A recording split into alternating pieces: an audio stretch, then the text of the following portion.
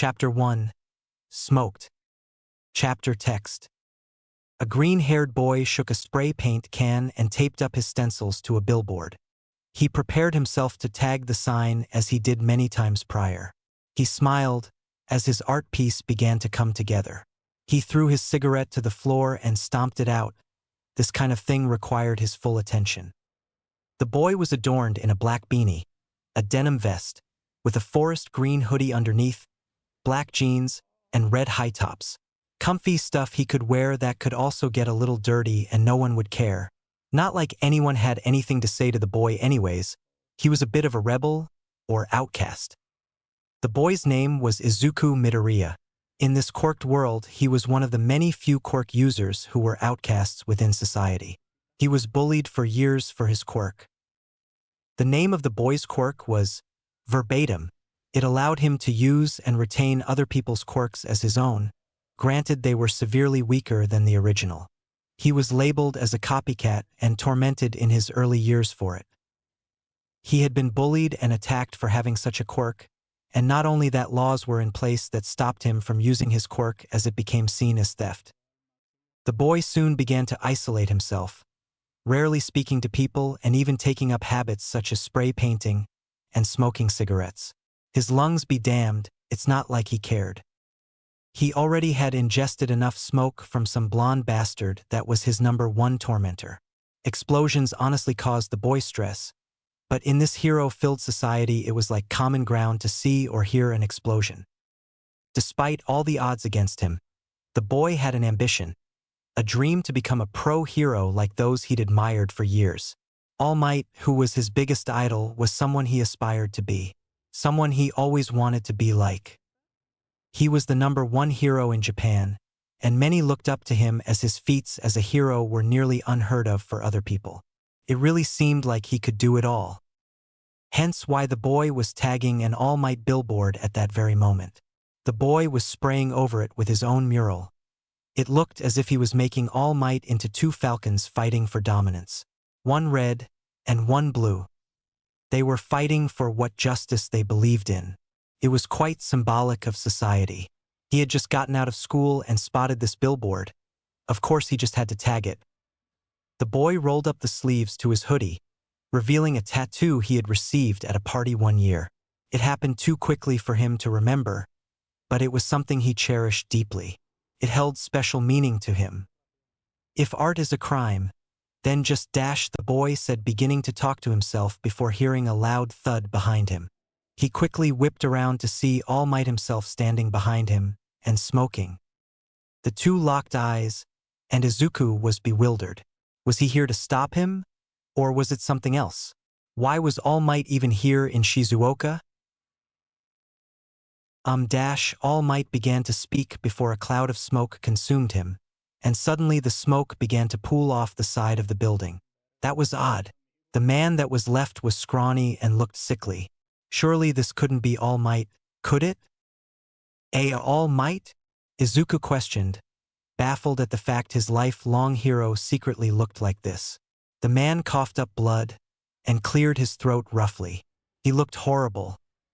Yeah, he said, looking at Izuku's mural behind him. So you're the guy painting over all my billboards? Izuku flinched, but nodded sheepishly. Yeah. Sorry about that. I'm just such a huge fan, and I can't really help myself. All Might chuckled. Well, how's about this?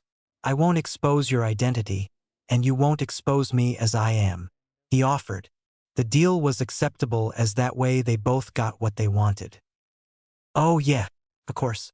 Though, could I get an autograph? He questioned, pulling out a notebook from his backpack and handing it to the blonde-haired man. The man quickly signed the boy's notebook and handed it back before waving to the boy. He walked off, but Izuku had one more question on his mind. All Might had begun to descend the stairs off of the roof, and Izuku ran to catch up with him. Wait, All Might, can someone like me who has a copy quirk become a hero? He asked, standing at the top of the staircase All Might had started to descend from. Someone who doesn't have a quirk of his own? All Might turned and smiled at the boy. He gave a thumbs up. You can become a hero through much effort. All you have to do is give it your all. Izuku smirked and pumped his fist. He could do it, he could really become a hero. All Might soon disappeared, smiling at new generation's ambitions. There would definitely be a grand generation of heroes after him. All right, time to get this villain to the police. All Might thought, reaching for the bottle that held the smoke villain. He soon realized that the bottle had burst open. The villain had escaped. All Might then began to rush down the stairs. He needed to find the villain and fast. Shit! Izuku had parkoured his way down the building he was on and began his walk back home. He smiled as he was finally able to defy the odds. His idol had told him he too could become a hero. Take that, explosion boy. Izuku noticed up ahead that there was a huge cloud of smoke on the route he took home. That's odd, he thought as he wandered straight through the smoke. It was lucky that he memorized the path that led to his home. He wasn't going to let a little fog stop him. Besides, it's not the first time the guy has ingested smoke. The boy heard a nearby explosion and rushed to the scene. Perhaps he'd get to see some heroes in action. However, what he saw in that smoke cloud was an image that would haunt him for years. Izuku's childhood friend was being suffocated by the smoke. It looked as though the villain was trying to insert themselves into the boy's orifices forcefully. The boy started to go limp, and Izuku knew instinctively that he needed to act. Quit struggling, kid. I just need to borrow your body for a while, the woman shouted, binding the boy in a cloud of smoke as she tried to insert her smoke form into the boy. Izuku and the blonde, named Katsuki Bakugu, locked eyes, and it was then that Izuku saw pure fear in the boy's eyes, something he had never seen before in the boy. Without even thinking, Izuku ran into the struggle and tackled the villain to the ground. He had unconsciously activated his quirk as the smoke began to revolve around the boy. It was being absorbed by him. I won't let you kill Kaken. You! He shouted out as flashes of the villain's life began to rush into the boy's mind. Don't get the satisfaction. Soon both of them collapsed, Izuku looking throughout the villain's life as if it were a monologue. He began to see visions of the villain's life, peering through everything they've experienced in their life. Kumo Komori was a petty criminal who had been in jail multiple times, always achieving escape, and mothering a daughter under unknown circumstances. She was unstoppable with her quirk, and committed even more crimes until her criminal acts caught up with her. She was taken to jail, separated from her daughter. The restraints she was forced to wear to keep her from using her powers made it impossible for her to feed, dress, or even clean herself, effectively stripping her of all of her dignity. When she was being transported into military custody, she smuggled in a paperclip which she used to initiate her escape. Before she had come to encounter All Might and was trapped once again. Until Izuku Midoriya discovered All Might. In that big puff of smoke, when he transformed back to his skinny form, she made an escape. She must have hid in that smoke from All Might's transformation. Izuku and Komori soon woke and rose to their feet. Komori stared at the boy in awe. She had seen him while she was unconscious. What the hell? I saw you digging around in my brain, the woman shouted at Izuku, crawling away from him. He simply looked at her, dazed and confused. Me? I thought that was you, he shouted in response. He brought himself to his feet and got into a boxer's stance. It was your basic UFC fighting style, but it would have to do. It was the style he learned to defend himself against the gang members he would constantly have run-ins with. Izuku was never around a good group of people aside from his very kind mother. Those gang members were the ones that had gotten the kid his tattoo, against Izuku's better judgment, of course. His form was shaky, be it by fear or hitting the ground as hard as he did when he fainted. He definitely was feeling the brunt of his quirk. He wasn't at his best, and yet he persevered. Just stay away from me, kid. I don't want to hurt anyone, the woman shouted, making a dash away from Izuku. Izuku had taken a step forward only to dash forward as smoke, and nearly fell to the ground. What the hell? He shouted in pure fear. Was this his quirk? He had taken the villain's quirk. Was he a villain now? His hands had emanated with smoke, and the boy stared at his newfound ability. He had smoke conduction now, and it left him feeling like he could breathe normally again. Those cigarettes must not affect him now. There was no time for that, however. He needed to stop that villain from attacking anyone else. Izuku smoke dashed through the clouded street, searching for the villain. He eventually found her hiding inside of a shop. She had been taking a few bucks from the cash register. She must have needed the money to make an escape to another country if she were going to flee the scene. "Kid, you need to get out of here. I'm just trying to get away from Dash," the woman stated, before pausing abruptly and staring at a tall figure behind Izuku. Izuku gave a confused glance to the woman before turning around and seeing All Might standing there. "Good job finding the villain, kid. I saw what had happened back there," All Might said, taking a step towards the villain. Kamori blasted the two people before her by shooting a cinder missile at their feet. The bomb exploded on impact, and All Might rushed to cover the boy with his body and protect him. All Might and the boy were blasted outside of the store, and the woman dashed past them, going back to finding a place to hide. "Quit following me," she shouted as she vanished in the smoke surrounding them. Her voice echoed, and Izuku couldn't tell if that was from him hitting his head or her just being able to do that. "No, she's getting away," Izuku thought as he dashed after them. All Might got up and ran with Izuku as the two of them searched for the villain. He eventually got a hold of the boy. He was still dazed after that explosion. In fact, both of the men there were, but All Might had limited time. He needed to get this boy to safety and capture the villain.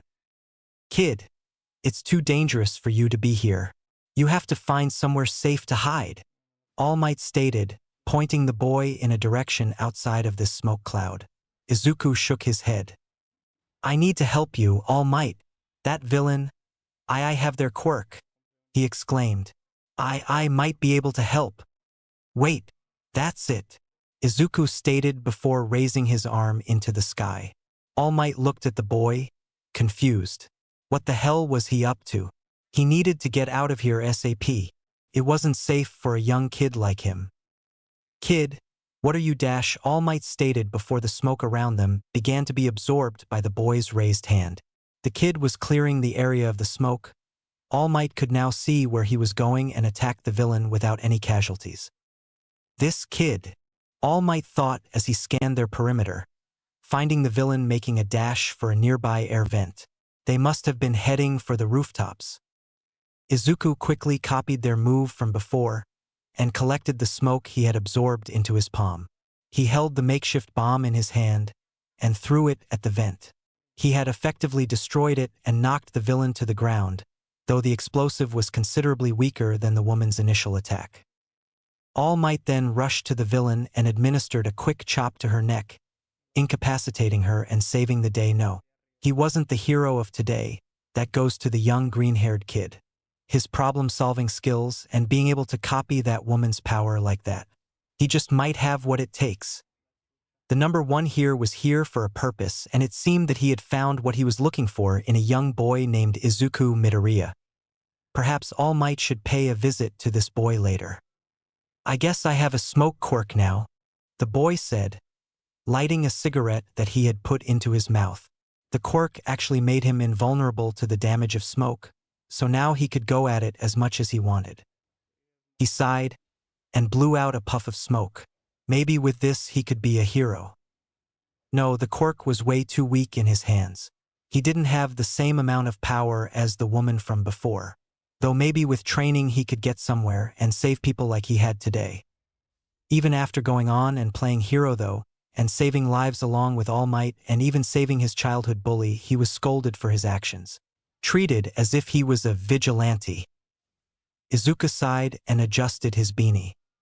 He had fled the scene before his blonde friend had woken up as he didn't need to deal with his rage.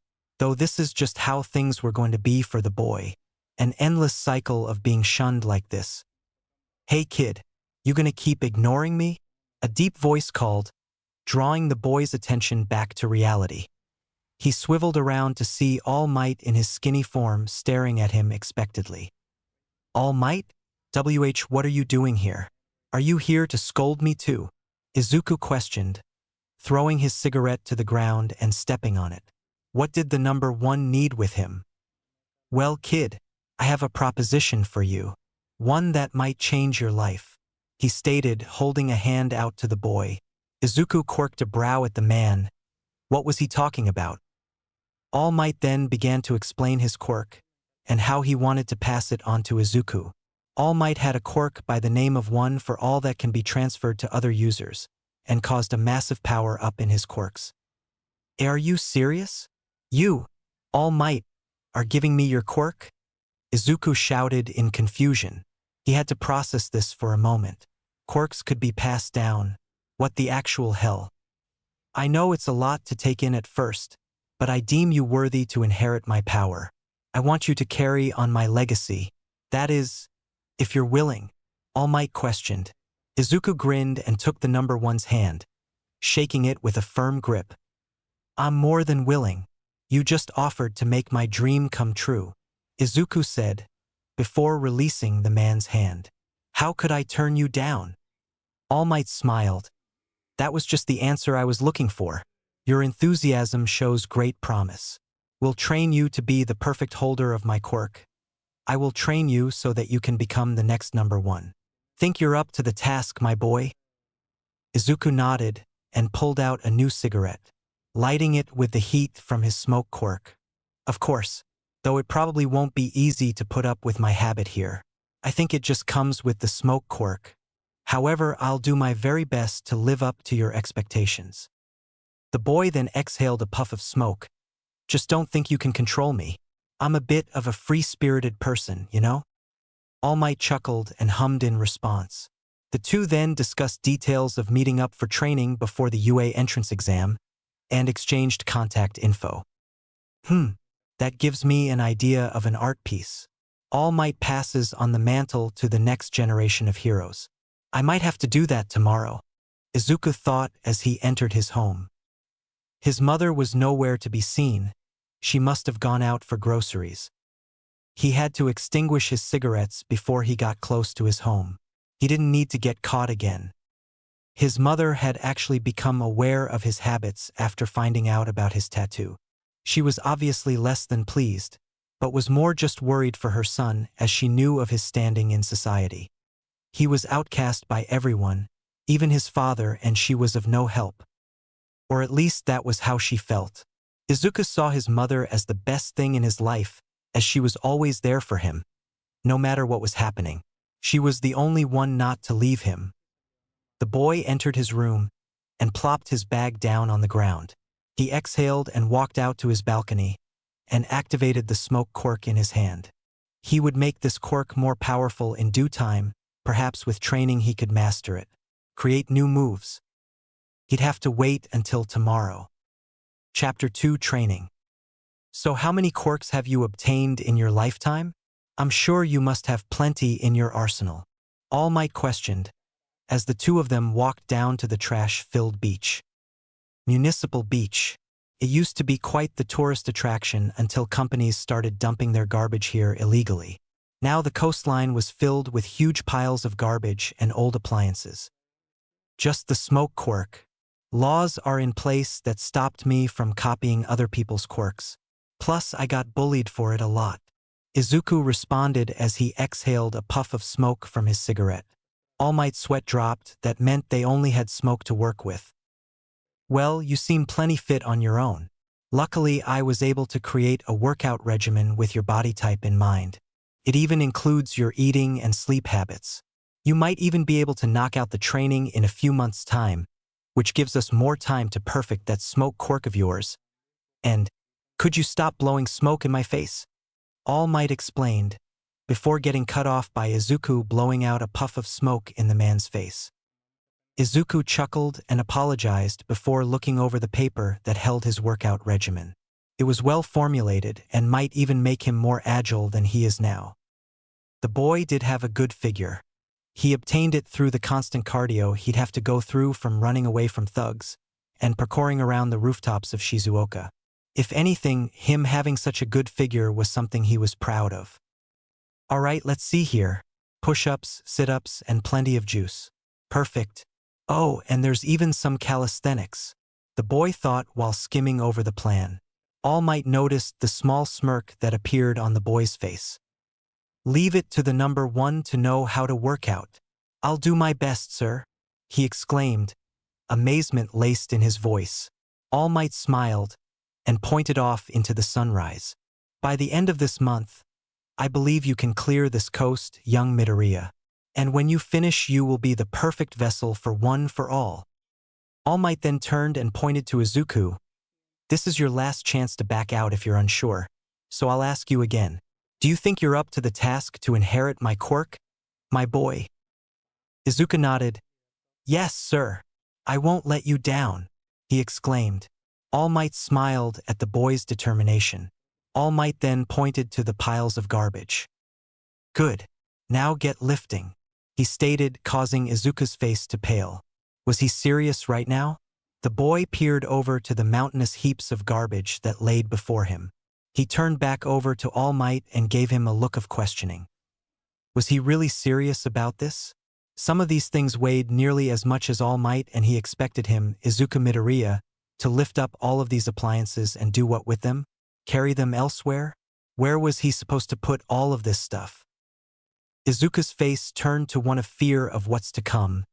Maybe he had misheard the hero? Right? See, could you repeat that? Izuku laid, sprawled out in the sand. He was gasping for air, and his arms were hurting from lifting all that garbage to and fro. He admired All Might, but goddamn was he an intense personal trainer. I guess I'm not as tough as I thought, the boy said in between breaths. Then a large shadowy figure loomed over him. It was All Might in his muscle form. It may be tough, but you did good today, kid. You'll be making steady progress in no time, he encouraged, causing the greenette to chuckle. This guy was the epitome of hard work and dedication. You've got it, sir, he said, raising a shaky fist into the air. Now could you help me up? I can't get up on my own. All Might yanked the boy up to his feet with ease, and Izuku had trouble regaining his balance. He was able to stand eventually, and soon pulled out his phone as he noticed that the sun was setting. Well, I better get going. It's going to be getting late soon, and I have a date with a billboard nearby, Izuku stated, walking towards the stairs of the beach. All Might nodded and waved the boy off, returning to his skinny form. Izuku walked home to have a quick shower and to change back into his streetwear. It was more like the outfit he wore when he went out as his persona. Due to the boy's signature signs of spray painting All Might billboards, he had gathered a bit of a following on the internet. So, every time he tagged a billboard or an empty wall, he would take a photo and post it online. He became known as the Might, and he even began creating time-lapse videos of his work. Luckily, he kept himself masked by his protective respirator from the fumes of the spray paint, but people can get deep into investigation. Honestly, Izuku had no idea how no one had figured out his identity by now, but he was glad he could hide himself freely and do his art without getting caught. And it allowed him to have a bit of a following as well. It made him pretty happy. The boy stood at the edge of a rooftop, another building a few feet in front of him. It wasn't within jumping distance, however. It was within smoke dash distance. The boy took a few steps back and prepared himself for this. Izuku then ran and leaped off the roof, smoke dashing from rooftop to rooftop, smiling as the realization set in that his getaways would be a lot easier from now on. The boy eventually made it to his desired rooftop. It was a small music store with a billboard that had advertised a deal for a special purple bass, signed by the lead singer for Deep Dope. It was a popular rock band if Izuku's memory served right. He had actually wanted to check out their music a few days ago, but he had to focus on his task at hand. All right, let's see, the boy thought, pulling cardboard and a box cutter out of his backpack. The bag was full of the stuff as well as a huge arsenal of spray cans. Keep in mind it was a large cargo backpack.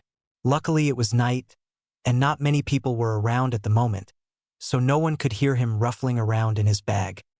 He began to cut his stencil out of the cardboard, It was going to be his signature battling falcons with All Might looming over them. This was all planned to fit onto the bass guitar on the billboard, and it was coming together quite well. Unluckily for him, there was a certain someone who noticed a figure on top of the music store. It was a purple-haired girl who had returned to the gym after exercising for some time. She had been training to become a hero after being in cram school to prepare for the entrance exam's written test. On her walk back home, she noticed a tall, dark figure on top of one of her favorite music stores. It had a collection of CDs and instruments that she enjoyed perusing from time to time, and it seemed there was either a maintenance man on the roof or it was some thug. Unfortunately for her, it was neither, as her favorite artist online began taping up a stencil to the billboard. It was the Might. She couldn't believe her eyes. She just got front row seats to see him in action. The girl looked around the side of the building and found a ladder up to the rooftop. She wasn't going to miss this opportunity to talk to him, maybe even be the first person to see his face. When the girl reached the rooftop, the boy was already gone, and the billboard had already been tagged. Had he heard her? She then turned back around to the ladder to see words in smoke floating before her.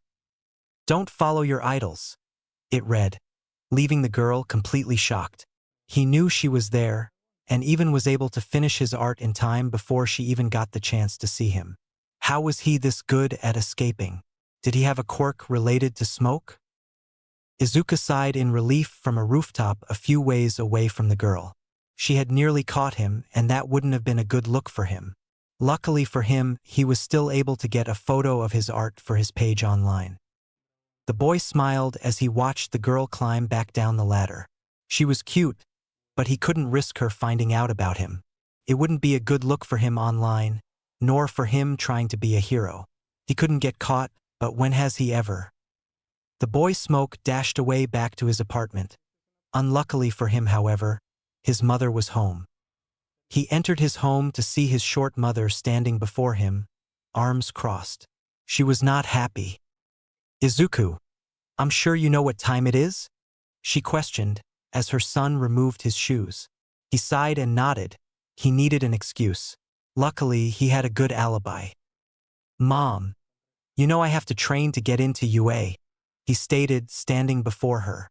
She still gave her son an angry look, but she couldn't hold it for long as her naturally worried expression appeared once again. She really was too motherly. "I know, but try to come home a bit earlier next time, okay? I was really worried about you, Izuku," she pleaded. She had always begged her son to be safe and to come home at a reasonable time, and he usually listened, but he couldn't help himself sometimes. He'd always have the urge to sneak out and be reckless. "I will, Mom. Don't worry," he said, giving his mother a short hug. "Now what's for dinner? I'm starving." Inko sighed. He never changed, nor would he ever. For the next 3 months, Izuku began to do muscle training by lifting the heavy appliances and other garbage off of the beach. His body began to grow in ways he would never expect it to. First up, his build changed. All that intense lifting and dieting caused the boy to grow more defined muscles. He only noticed after stepping out of the shower one day, but he seemed to have rippling muscles. Next is that he grew a few inches taller, and while it was nothing major, it did help that he was now taller than his childhood bully, Katsuki Bakugu, even if only by 2 inches. Finally, Izuku's smoke quirk seemed to have strengthened along with his body as he could now output more smoke than before. His smoke dash could now traverse longer distances, and he could fire smaller smoke shots out of his hands, though they were still quite weak. Izuku stood at the top of a nearby gazebo at the beach, his shirt off, and he was dripping in sweat. All Might had arrived to witness the spectacle of the boy's transformation. The man looked around the coastline of the beach, and all of the trash had been cleared. He then looked back to Izuku, and his excitement burst forth. "Oh my goodness!" the man exclaimed in pure awe, transforming into his muscle form. How did the boy manage to complete all of this in such a short amount of time? Izuku pulled out a cigarette and popped it into his mouth, lighting it with his smoke quirk. He inhaled and blew out a puff of smoke before turning to All Might. The boy smiled at the man, It was a smile of gratitude for all the man has done for him. Hard work and dedication pays off, right? He questioned, jumping down from the gazebo. He then made his way over to All Might, who patted him on the back for his efforts. The boy had done good, and it was now that All Might had casted aside any doubts that the boy could do it. He was perfect for this. Indeed it does, my boy. But now that you've completed this, I think it's time I bestow unto you one for all. All Might stated, turning the boy so that the two of them were locked eye to eye. All Might's expression was purely serious, and Izuku went to stomp out his cigarette. He needed to get serious as well. It's time for your reward for all of this hard work, the man stated, plucking a strand of hair from his head. Izuku quirked a brow but continued to listen to what the man had to say.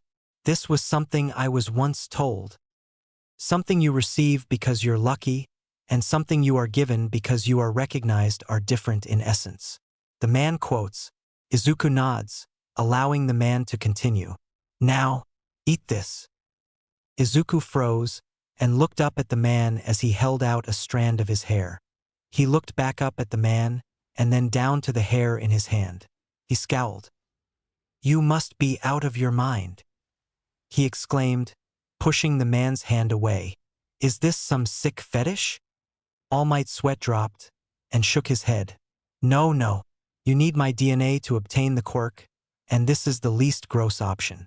It doesn't matter as long as it's DNA, but I don't think you'd want to ingest my blood or something. Izuku sighed and took the hair from the mane. He gulped before plugging his nose and swallowing the man's hair, gagging as he did so. This was so gross. Ugh! The boy groaned. He then turned to All Might and glared at him. The man simply reverted to his skinnier form and scratched the back of his head. How long until it takes effect? It should be nearly instant. Try shooting some smoke out of your hand, All Might instructed, pointing off at the ocean. Izuku held a hand out and braced himself as he fired out one of his smoke shots. The smoke shot out of the boy's hand, knocking the boy back into his mentor's chest. The two of them looked onward as the blast flew straight into the water, causing it to splash up into the air. Izuku and All Might stared in amazement at the increase of power from Izuku's smoke. Whoa! Izuku exclaimed, peering down at his hand. His smoke seemed much more volatile, and was now emanating a brighter cinder orange. That's amazing! The boy's excitement was a surprise to All Might as he began firing off smoke shots into the water repeatedly. It seemed he was getting used to it. It surely is, my boy. But now for the next few months we'll be practicing perfecting that quirk of yours. Maybe even get you some new moves in the process. How's that sound? All Might questioned, as Izuku made his way back over to the man. He nodded, as his eyes were filled with determination. Let's do this. Chapter 3, The Exam. A bright light shone into a green-haired boy's room, waking him from his slumber. It had been 7 months since that fateful day of Izuku's receival of One for All. He had trained his ass off and gained a better control of his smoke quirk. He had become a lot stronger with using it. Ugh! The boy groaned as he sat up from his position. It was the day of the entrance exam. The day he had been training for months. The boy's room was filled with the smell of a fireplace, something his mother complained about recently. Izuku had begun to smell like smoked wood, and while not unpleasant, it wasn't always a desired smell from people. Oh well, sucks for them. Izuku stood from his bed and headed for the shower. He had no time to waste. Izuku stepped outside of his room to see her already in the kitchen, preparing her son a good breakfast so that he can have a good start to the day. He had a big exam ahead of him, and he had to make sure to start the day right so he could give it his all. After his shower, the boy dressed himself in his usual comfy clothes before sitting at the dining room table, his mother joining him soon after. She smiled at her son, who had begun devouring his meal. He was going to take a step towards his dream. She couldn't be prouder. The two ate in a comfortable silence before it was time for Izuku to go. He sat down at the entrance of their apartment and began to put on his red high tops. Izuku! Before you go, Inko called, grabbing her son's attention. The short woman stood behind him as he turned his head to face her. Give it you all. You can do it. Izuku smirked and gave his mother a thumbs up before running out of the door. He now had his mother's faith with him, along with All Might's. He couldn't let them down. Izuku blew out a puff of smoke as he walked onto the campus of UA. There were loads of other kids staring at him and whispering amongst themselves. He sighed and glared at them. There wasn't any time for this. Shouldn't these people be focusing on themselves? They have an exam to take for Christ's sake. Izuku then noticed a girl trip in front of him and instinctively reached out to catch her. He was successful in this task as he gripped onto her arm and pulled her back up to her feet.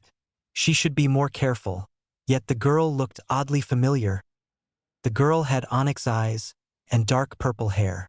She was definitely quite short and petite, yet her rocker look really appealed to Izuku.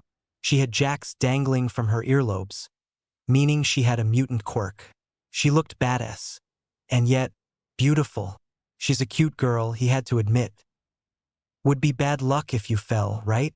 Be more careful next time, Izuku advised as he released the girl from his grip. She scratched the back of her head and nodded. Such a hot guy was talking to her.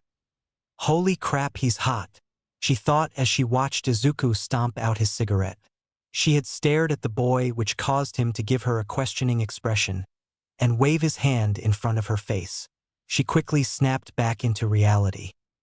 Oh, sorry, thanks for saving me back there, she said, blushing as she just stared at the guy for like a solid 2 minutes.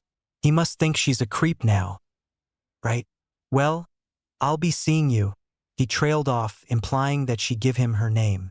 The girl looked at him confused for a second before understanding what he was asking for. Oh, I'm Kyukajiru. Nice to meet you, she stated, bowing slightly as she introduced herself.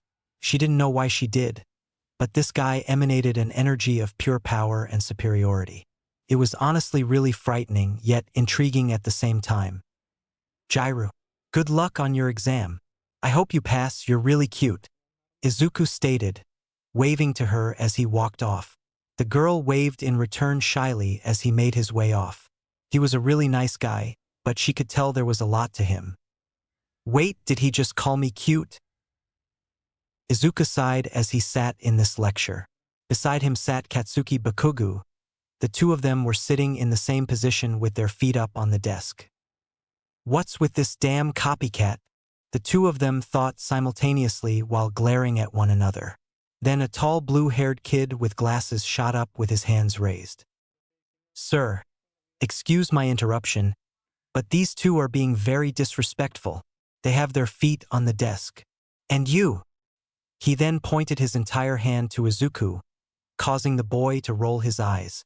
Here we go. You were smoking earlier. That is very damaging to your lungs and those around you. Please refrain from smoking in this prestigious school. He scolded, causing Izuku to sigh and stand up. He scowled at the boy as smoke began to emanate from his body. It's a part of my quirk. Fuck right off, Four Eyes. He started, threatening the boy with his gaze alone, before sitting down. Ida was going to say more, but the boy's piercing gaze made him shut his mouth real quick. Present Mike then cleared his throat to gather the students' attention once more, continuing his instructions of the exam. Kyuka, who was witness to the scene, could have sworn that that smoke quirk was familiar, but she couldn't quite put her finger on it. It's like she had seen it before. They then took the written test and headed for the field to take the physical part of the test. As the students gathered outside, Izuku lit a cigarette with his hand, looking around at his competition. There were an abundance of students, but Izuku was able to spot that Jiru girl from earlier. He was going to walk over to say hello, but again, Four Eyes appeared once again. Izuku sighed and glared as the boy stood over him. What was his deal? Does he have a kink for bothering people? Don't distract others from focusing on their exam, he instructed. Izuku sighed and blew out a puff of smoke into the boy's face, causing him to cough violently. Izuku then walked straight into the testing ground ahead of everyone else. His smoke dashed away from everyone, and the students began hearing metal clanging and destruction. He's got the right idea. In a real fight, you shouldn't wait for a buzzer. Get going, young listeners. Present Mike informed, causing all of the students to begin rushing into the testing grounds. Izuku had already amassed 5 points and counting. He began firing cinder missiles around at the nearby three-pointers, soon gathering a total of 40 villain points. At least he was keeping up with the others, maybe even excelling among the group of students. All right, what's next? The boy thought, smoke dashing through a vent and appearing on the roof of a building. He peered onward and noticed the giant zero-pointer in the distance. Bingo! He exclaimed, smoke dashing onto the next roof. He made his way over to the area that the zero-pointer loomed over and noticed it rolling towards a crowd of students. He watched as all of them ran off, but he began to hear a faint cry for help. He scanned the area to see the Jiru girl from before trapped beneath the rubble. Izuku leapt off the building, slowly gliding down to break his fall, a trick he learned he could do using smoke propulsion. He then sprinted over to Jiru. Jiru, you're gonna be fine. I'll get you out of here, he stated, attempting to lift the rubble. It was no use, he was strong, but not that strong. He could try and shoot it, but the blast would probably injure her, and he couldn't risk that. Jiru had gotten trapped in the rubble as the robot began rolling its way through buildings, knocking rubble onto her leg as she tried to run from it. Unfortunately for her, her earphones were out of commission as well as they were squashed beneath a rock, becoming immobile. Izuku had hated to use this quirk, but at this point he had no choice. It was way too weak on its own and only became weaker when he used it, but perhaps with the power-up from One for All he could lift the rock. The boy took a few steps back and held his hand out. He closed his eyes and began to focus. Jiru gazed at him in confusion before feeling the rocks begin to be lifted off of her. Did this guy have 2 quirks or something? Izuku was definitely beginning to strain himself as his brain pulsed with a headache. The zero-pointer was fast approaching and they had not time left. Luckily, Jiru was able to crawl her way out of the rubble. "Teich, thank you," the girl said, flopping onto the concrete beneath her. Izuku exhaled as he dropped the rubble. He had used his mother's quirk. It was so weak before that he never even bothered to have used it, though now it definitely did save this girl's life. He guessed the rubble was small enough to be gravitated towards him and off of the girl. The specifics weren't important right now, he had a zero-pointer to take out. He never counted his mother's quirk as one he could use effectively anyways. It was too weak. It also gave him a splitting headache. Izuku looked over to Jiru. She couldn't walk in her state, so the only option was to take that thing out. Luckily, the boy had something in store for this. Izuku cracked his neck and sprinted towards the robot without a second thought. As soon as he reached the robot's wheels, he blasted off into the sky, disappearing into 3 separate tufts of smoke before reforming in the sky. He smirked and began charging his smoke into his hands as he began falling towards the massive robot. Unknown to him, he had unconsciously activated One for All, which made the impact that much stronger. "Orbital drop," Izuku shouted, slamming into the robot with his fully charged smoke, and dispersing into smoke himself to stop the impact from damaging him. The robot had been indented at the top of its head at the impact, and began to explode from the inside out as the heat and smoke began to cause the electronics inside of the robot to malfunction. Izuku reappeared at the foot of the robot, and was brought to one knee due to exhaustion. Kyuka had hopped over to the boy on one foot and caught him before he hit the ground. He glanced up at her. He was panting in exhaustion as that really took a lot out of the boy. He could only do that move once, and it was because of the after effects. Izuku spat out his cigarette onto the concrete and slammed it with his hand, before turning back to her. "It'd be bad luck if you fell, right?" she questioned, chuckling at the usage of Izuku's words. Izuku smirked, before slumping in the girl's arms. He was too tired to hold himself up. The buzzer signaling the end of the test then went off, and all students exhaled as it was now over. Kyuka looked onward as a petite woman made her way over to her. If she remembered correctly, it was the youthful hero Recovery Girl. "Let me see you and the boy, dearie," the woman stated, instructing the girl to put the boy down on his back. Recovery Girl made her way over to Izuku and reached a hand out to him. Izuku swatted Recovery Girl away and pointed to Jairu. "She's injured, not me," he stated, bringing himself to his feet. Jairu stared at the boy in amazement. She could tell this guy was going to be a great hero someday. He had power and heroics on lockdown. Though his morals probably needed a bit of work. He was a smoker. "What's your name?" Jairu questioned as Recovery Girl finished healing her up.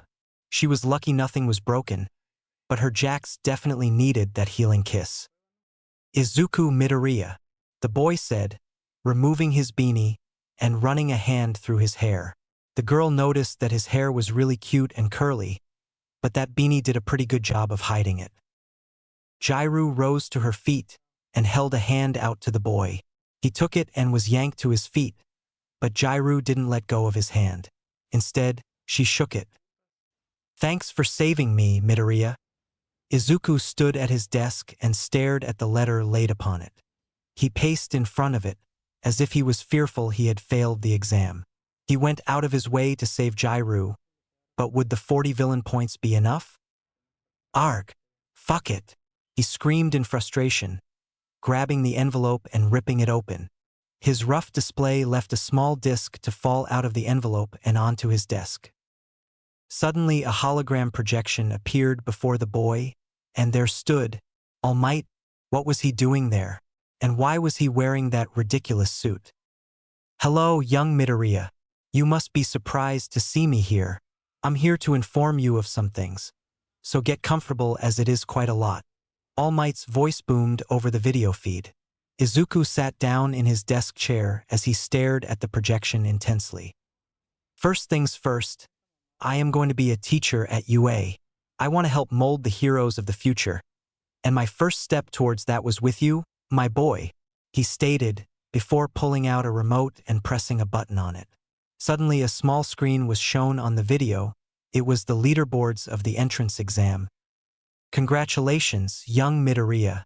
You have excelled and scored in first place for the entrance exam. You saved that young girl's life and managed to take out the 0-pointer, both feats that prove that you are a hero. You had scored 60 hero points, making your total score 100 points. All Might congratulated, before pressing the same button as before and making the leaderboard go away. "Welcome, young Midoriya, to your hero academia." Izuku couldn't believe his ears. He made first place? The boy became overjoyed and began to smile wider than ever before. "Take that, you shitty hothead," he screamed, causing his mother to smile, despite the fact her son was cursing up a storm. Her son had finally made his dream come true. He was on his way to be a hero. This was a new kind of excitement for Izuku. He had usually lived his life with nothing more than despair, as he was shunned and treated horribly for the entirety of his life. But look at him now. "Look at me now," Izuku said, leaning back in his desk chair. He smirked and grabbed his bag from beside his desk. It was full of his art supplies, and he needed some way to get rid of all of this energy. He ran over to his sliding door that led to the balcony before leaping off of the guardrail and smoke dashing to a nearby building. He gripped onto the edge of the roof and climbed his way up. The boy dashed around the rooftops, searching for the perfect area to spray paint. Eventually, he had found himself at Municipal Beach, staring at the wall that elevated the parking lot from the beach. The boy taped up some stencils of his latest piece and pulled out a few cans of paint, shaking them as he made his way over to the stencil. The boy had painted a big smoke cloud and used graffiti letters to spell out the word "smoked," with a cigarette on the ground creating the cloud. The boy then pulled out a cigarette as his painting had been finished. He smiled and stared at it as the sun began to set behind him. The boy then heard someone call his moniker. "Oi, you're the Might." It was Jairu. She was running towards him really fast. Was she a fan of his? God damn it, his cover might be blown at this point. The boy strapped his backpack on, but allowed the girl to reach him. She stopped right in front of him and began to pant. Did she live around here? How did he not notice her before if she was from Shizuoka? I'm a huge fan of yours, she stated, standing up straight. Of course she was a fan. Can I get your autograph? I love your art a lot. It seemed she couldn't recognize him because of his respirator. That was really lucky actually, but perhaps he could use this to get to know more about the girl. He nodded, agreeing to her request, though being cautious not to speak so she can't recognize his voice. The boy reached into his backpack and pulled out some spare markers that he had, as well as a spiral notebook. He wrote down his moniker, along with a cheesy heart next to it, and ripped out the paper, handing it to the girl. Whoa, thanks so much, she said, looking at his signature. Wait, was that a heart? Was he flirting with her?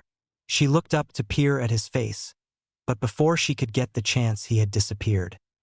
The girl looked around the area, but the mite was nowhere to be found. She then spotted an empty cigarette box on the ground near the boy's painting he had just finished. It was the same brand that she saw Izuku smoking. Was Midoriya the mite? No, he couldn't be. Could he? The girl questioned, looking up at the painting. She pulled out her phone and snapped a picture of it. With her interrupting, he might not have gotten the chance to take a picture and post it online. She'd just have to send it to his Instagram or something. At least she got his autograph. Chapter 4, First Day. Let's see. There it is. Izuku thought, as he found the large door labeled with his class's name. The boy slammed the sliding door open, and was met with Bakugu getting berated by that four-eyed jerk from his entrance exam. Heh, he said, pointing and laughing at the two of them bickering. Unfortunately for him, Ida noticed him next and began to dash over. God damn it, why couldn't he catch a break? You're the boy from the exam. You saved that girl's life. As if you knew there was more to the dash, he began to shout, before Izuku groaned in annoyance and covered his ears. It was too early for this. Listen, I don't care what you have to say right now. He started adjusting his beanie. It might have been against the dress code, but it's not like they could stop him. What's your name? It's Tenya Ida. Nice to meet you, he introduced, holding a hand out for a handshake. Izuku shook the boy's hand, crushing his hand with his grip without knowing, which caused the boy to wince in pain. Oh, sorry. Nice to meet you, Ida. I'm Izuku Midori. He started before being interrupted by a voice from behind him. Oh, Midoriya. You got in, that's great. It was Kyukajiru, the girl he had saved during the exam. She smiled up at him. Did he get taller since the last time she had seen him? He actually hadn't grown at all. Kyuka was just thinking about when he was crouched down on the ground during the entrance exam. Yeah, it's good to see you got in as well, Jiru. I was really hoping a cute girl like you wouldn't be casted aside by the school, Izuku stated, causing the girl to blush. She jacked him in the neck with her jacks and caused the boy to be brought to one knee as it hurt a lot. You're really gonna make me lose all respect for you, she said, before bursting out laughing as he began to play dead like a dog. That hurts, you know? I'm dead now. You've killed me, he exclaimed, placing a hand over his heart dramatically. Kyuka continued to laugh at the boy's idiotic display until a voice was heard from behind them. If you two are gonna flirt, then get out. We've got business to take care of, a gruff voice said from behind them. The group turned around to see someone who resembled a homeless man in a yellow sleeping bag. Yet he was also oddly familiar to Izuku. The man then unzipped his sleeping bag and stood before them. He stood at 6 feet and towered over the group before him. The students soon rushed to their seats. Izuku was seated behind Kyuka. The man walked into the classroom and reached into his sleeping bag. I'm Shota Aizawa, your homeroom teacher. Change into your gym uniforms and meet me outside. Be quick about it, and don't waste my time, he instructed, pulling out the UA gym uniform. It seemed as though the man was getting right into the lessons and completely disregarded the orientation. Not like Izuku even wanted to participate in that anyways. The class headed to the changing rooms, and as soon as the boy had removed his shirt, everyone had gotten a look at the boy's scars. He sighed as he felt the eyes on him, and pulled out his pack of cigarettes, pocketing them into his gym uniform. It was like people had never seen scars before. "Quit staring," the boy said, turning to the other guys in the class. The guys in the class soon went back to what they were doing, but Bakugu glared at the boy even harder. Midoriya then put his gym uniform's jacket on and closed his locker, as the guys in the class watched him pop a cigarette into his mouth and walk out. Bakugu scowled at the boy. This damn copycat's got no chance here. As soon as the boy stepped out of the locker room, he lit his cigarette and was met face to face with the girls of the class, and Aizawa all staring at him with a cigarette in his mouth. Aizawa yawned, seemingly like he didn't care, but the girls all began to whisper amongst themselves. Aside from Kyuka, of course, as she had already been aware of his habit. "Midoriya, why is there a cigarette in your mouth?" Aizawa questioned, as the boy made his way over to the group. Izuku shrugged and pulled the blue out a puff of smoke to the side. "Helps my quirk," he stated, inhaling the smoke from the cigarette and feeling a boost of power in his smoke. The boy then showed his hand as it began to emanate smoke from his fingertips. Aizawa nodded, as the rest of the boys soon made their way out of the locker room. As soon as all of the students had met up outside, Aizawa cleared his throat, grabbing the attention of the students. "Today we'll be doing a quirk assessment test. It'll be like all of the sporting events you went through in middle school," the man explained, causing a few of the students to grow confused. "Weren't they supposed to have orientation?" "Sir, aren't we supposed to have orientation today?" a brunette girl questioned, raising her hand up. The man scowled at her, causing her to shrink in fear. "We're not going to be wasting our time with such nonsense. You're in the hero course, and right from the get-go you should be expecting things to be serious. Being a hero is no easy feat," he explained, before turning to the green-haired smoker. He pointed at the boy, which grabbed both the boys' and the other students' attention. All eyes were on him. "Izuku Midoriya, you scored highest on the entrance exam. What was your highest distance for the softball throw?" the man questioned. Izuku pulled the cigarette out of his mouth and blew out a puff of smoke before responding. "Like 68 meter, I think," he answered, quirking a brow. What could his teacher be getting at? What was this whole quirk assessment about? He popped his cigarette back into his mouth and inhaled the smoke. This was going to be a day, wasn't it? "All right, now try it with your quirk," the man instructed, handing the boy a ball and indicating he should step up to the marked area. "Do what you need to, just don't step outside the circle." The boy flicked his cigarette into the sand of the training ground and walked over to the circle. He stretched his arms a few times and sighed. Was this really necessary? The boy winded his arm back and activated his quirk. He threw the ball with all of his might, using the propulsion from his quirk to launch the ball quite a few ways away, even causing wind to blast back to the rest of the students. Smoke had consumed the area quite a bit, and the display left Bakugu frozen. In fact, the whole class was in awe at the raw power he displayed. 801.9 meters. Aizawa read off of the device. The class was in awe, but one boy in particular was furious. That shitty Deku stole the villain who attacked him's quirk. "Shitty DKU. How'd you get that villain's quirk?" Bakugu exclaimed, charging the boy before being bound up in a tough cloth. The boy looked behind him to see their homeroom teacher with his hair floating up into the air, and his eyes were glowing red. He was holding the boy back with a cloth, and Bakugu seemingly couldn't use his quirk. So it was Eraserhead. Izuku mumbled to himself as he just stood still and witnessed the display, completely unfazed by Bakugu's charge. Aizawa glared at the blonde. How dare he try to attack another student? No. How dare he give Aizawa dry eye?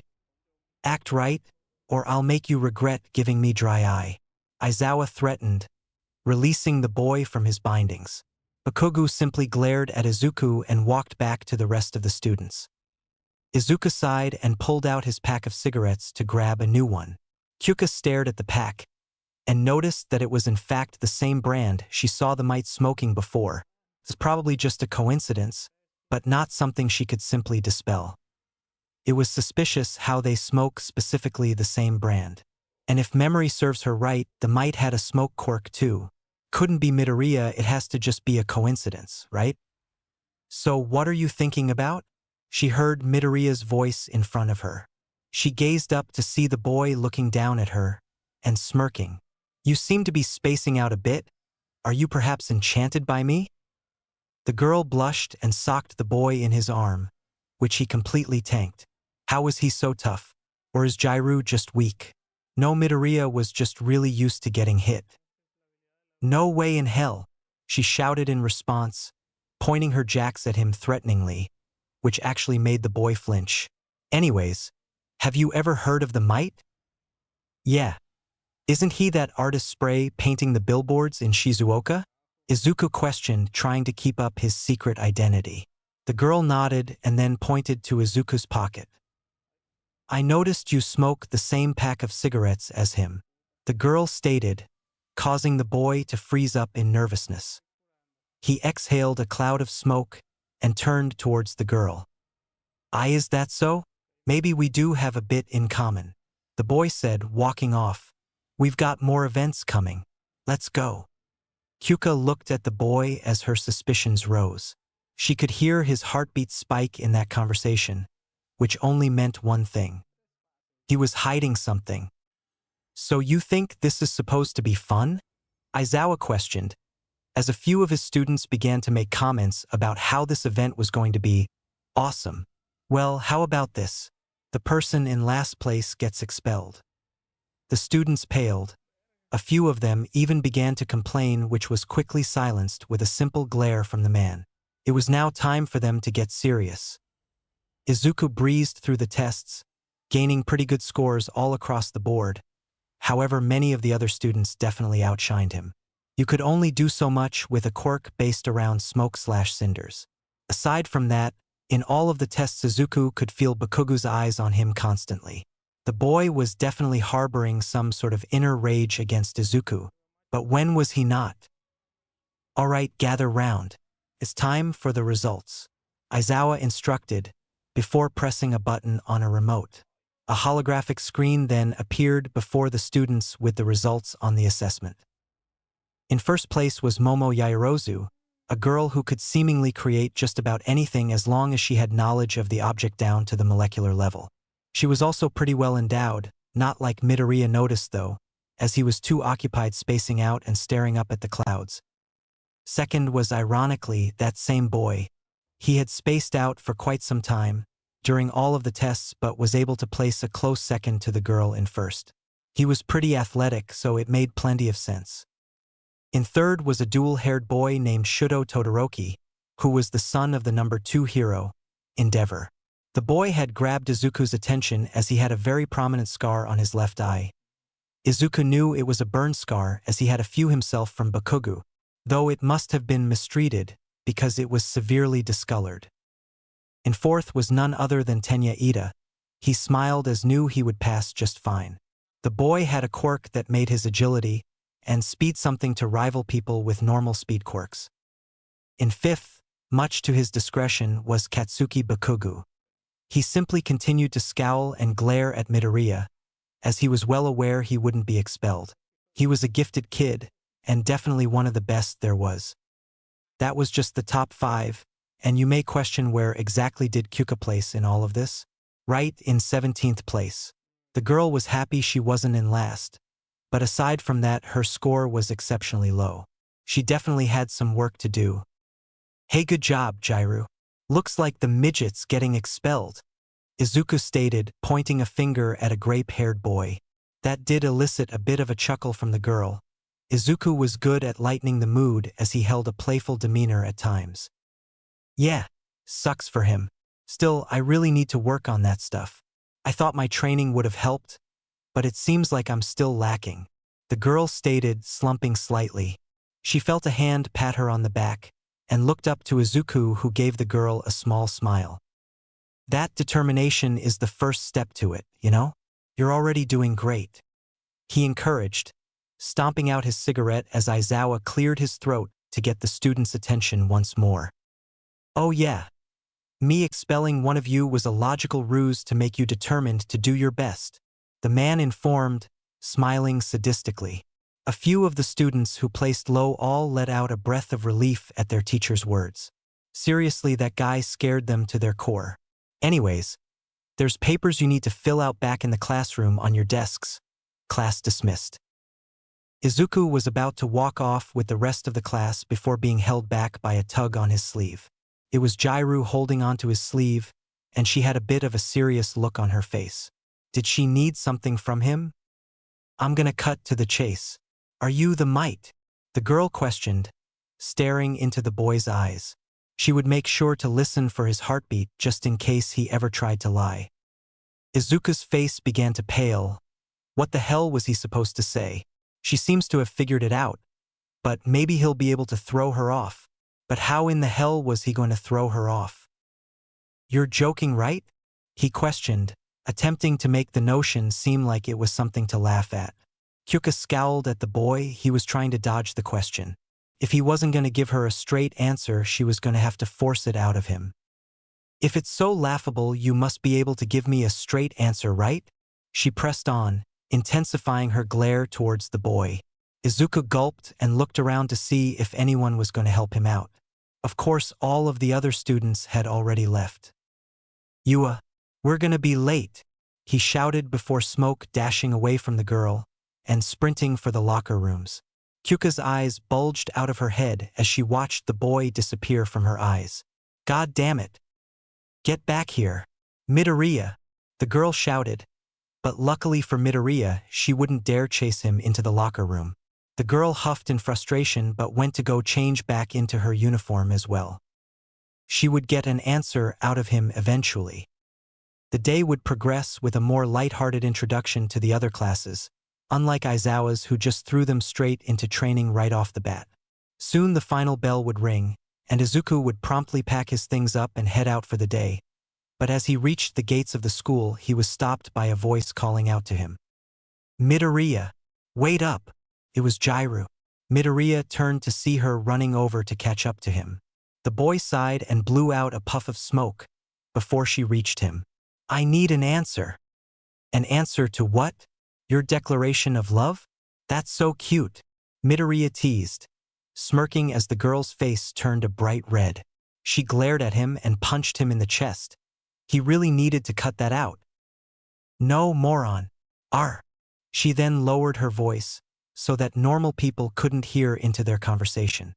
"Are you the mite? I won't tell anyone if you are. I just want to know. Why does she have to persist so much?" He glanced down to see such hope in her eyes, hope that she'd be right about this. He blew out a puff of smoke and scratched the back of his neck. "The damn puppy eyes. Come with me," he said, walking off towards the station. The girl scowled, but followed him nonetheless. Izuku Midoriya was one who enjoyed his privacy, and the fact that Jairu was so determined to figure all of this out, he decided it might as well be for the best to tell her so he can continue to have his privacy. She had nothing to gain from telling anyone who he was anyways, and it's not like he couldn't shut her down if she told people. Perhaps since she looks up to the mite so much, he could use that to get closer to her anyways. She was a cute girl, definitely his type. As the two of them reached the train station, Jairu had begun to grow impatient. Midoriya took notice of this and placed a hand on top of her head, earning a confused look from the girl as she swatted his hand away. "You live in Shizuoka too, right? We ride the same train," he said, trying to hint at the answer to her question.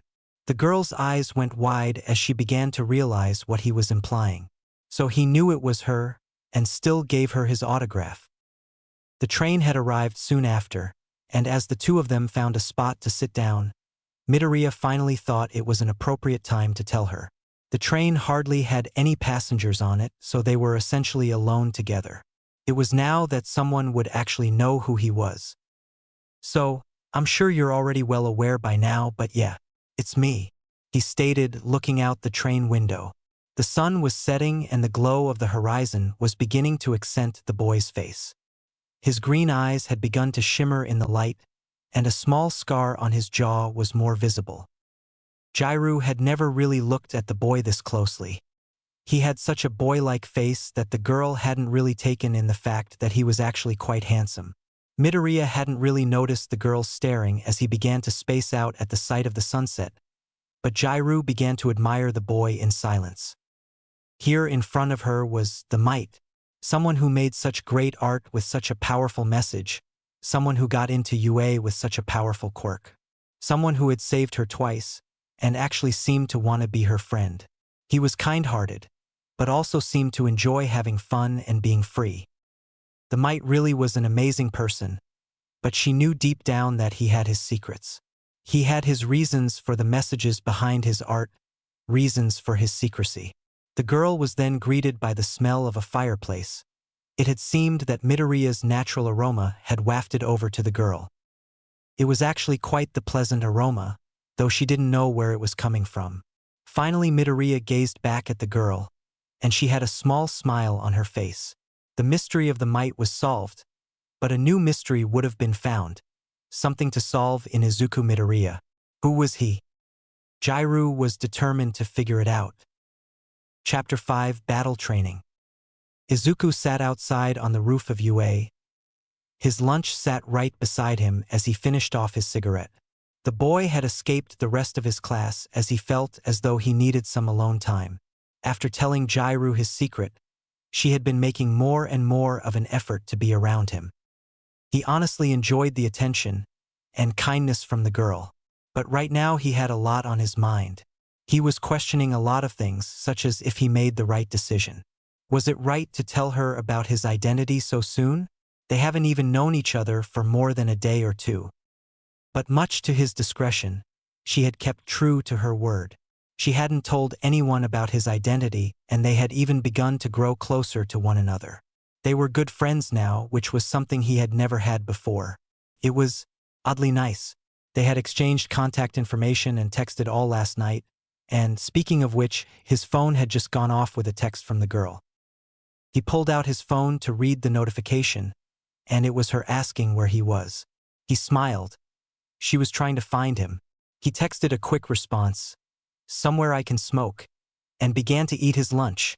Soon enough the girl had appeared from the roof entrance and made her way over to the boy. "Why out here?" she questioned, taking a seat next to the boy. The girl was honestly confused on why he was up here by himself. He took a large helping of his katsudon before answering. "I like the view. Plus I can smoke out here without getting in trouble," he answered, shrugging. "Why were you so persistent in finding me today? You head over heels for me already." The girl blushed and glared at the boy. Honestly, sometimes his teasing was too much to bear sometimes. She quickly whipped the boy with her jack, eliciting a grunt of pain from the boy. He really needed to stop with his flirting. "Shut up. Is it so wrong for me to want to hang out with a friend?" she exclaimed, attempting to hit the boy on the head. He shielded himself with his arm and chuckled at her attempts at harming him. He knew she wasn't seriously trying to hurt him, but it was cute to see her get flustered like this. Plus, he just enjoyed causing mischief. "Oh, so I'm a friend now? Can't I be more?" he questioned with a playful tone. The girl glared at him once more and jacked him in his neck, causing him to spasm on the ground in pain. He was lucky that he finished his food, as he probably would have spilled it everywhere. "Shut it, mophead. So we have heroics class today, right?" Izuku asked, as him and Jairu made their way back to the classroom. Jairu nodded, as he held open the door for her. They then stepped inside, before a certain pink-skinned girl rushed her way over to the two of them. "Oh my gosh, are you two dating?" she questioned, frantically. She had gotten way too close to Izuku and made him uncomfortable. Luckily, Jairu was quick to push the girl back a couple paces before things got too out of hand. Did she have any idea what personal space was? "First off, I don't even know who you are," Izuku stated before turning to the purplet beside him. She quirked a brow at him before he spoke. "And I don't know, are we?" "We are most certainly not," she growled, blushing as she jacked the boy in his neck once again. This time, though, he was lucky as she hadn't begun pumping vibrations through him. Quit your delusions. Well, there's your answer, he mumbled, turning back to the pink-skinned girl. Jairu had simply stomped back to her seat and watched on as the two conversed. Jairu's heart really couldn't take all of this guy's teasing, though she had to admit it was nice to get attention from him. He was really sweet when he wasn't trying to mess with her. She's at Sundara then. Oh, and I'm Mina. Mina Ashido, she said while getting glared at by Jairu. She did not just call her at Sundara. Izuku snickered and pointed at her teasingly, only causing her scowl to deepen. That prick, she thought as she glared at him. She was not at Sundara. Yes, she was. She was totally at Sundara, and that was a fact. Proven, in fact, by Izuku Midoriya. I'm sure you already know, but I'm Izuku Midoriya. And you'd be right. She really is a dash. Izuku started, before being cut off. All Might had blasted his way through the door and knocked Izuku into the wall opposite of the entrance. Luckily for him, he turned into smoke before impacting with the wall, but that definitely did startle him. All Might seriously needed to watch where he was entering from. Oh, sorry, young man, he stated, as Izuku reformed himself in front of his desk. He adjusted his beanie and sat down, waving off his mentor's concerns. Right, well today you all will be participating in, All Might said before activating the hero costume shelves to come out. Battle training. So suit up, rookies. The class shouted in excitement as they piled forth. The entire class had tried to grab their suits and hurry out to the training field, aside from Izuku. He lazily made his way over after everyone was done. The class made their ways out to the training grounds one by one. Soon enough, it was only Izuku left who was taking his sweet time. The boy lazily waltzed his way onto the field, surprising everyone at his attire. The boy's face was covered in a matte black respirator mask. The respiration canisters contained an insignia of a cloud of smoke on it, indicating that smoke was held inside of it. He wore a dark black armored jacket, with the armor plating on his chest being dark green, and the ones on his arm being a white color. He wore black cargo pants to go along with it, with a red utility belt containing replacement respirators and first aid. His pants had knee pads to help with kick impacts. Finally, his traditional red high tops. They were something he couldn't go without. It appeared that there were tiny vent holes in his costume, so that he could let out smoke from his body if necessary. All in all, it was a very fitting costume made for the utility of his quirk. Jairu took in the boy's appearance and nodded approvingly. He looked really good in his hero costume. She might even say he looked really badass. Izuku joined the rest of the class, and All Might cleared his throat to get the students' attention. You all look amazing. Now let's get down to it, All Might stated. He then began to explain the rules and premise of the exercise.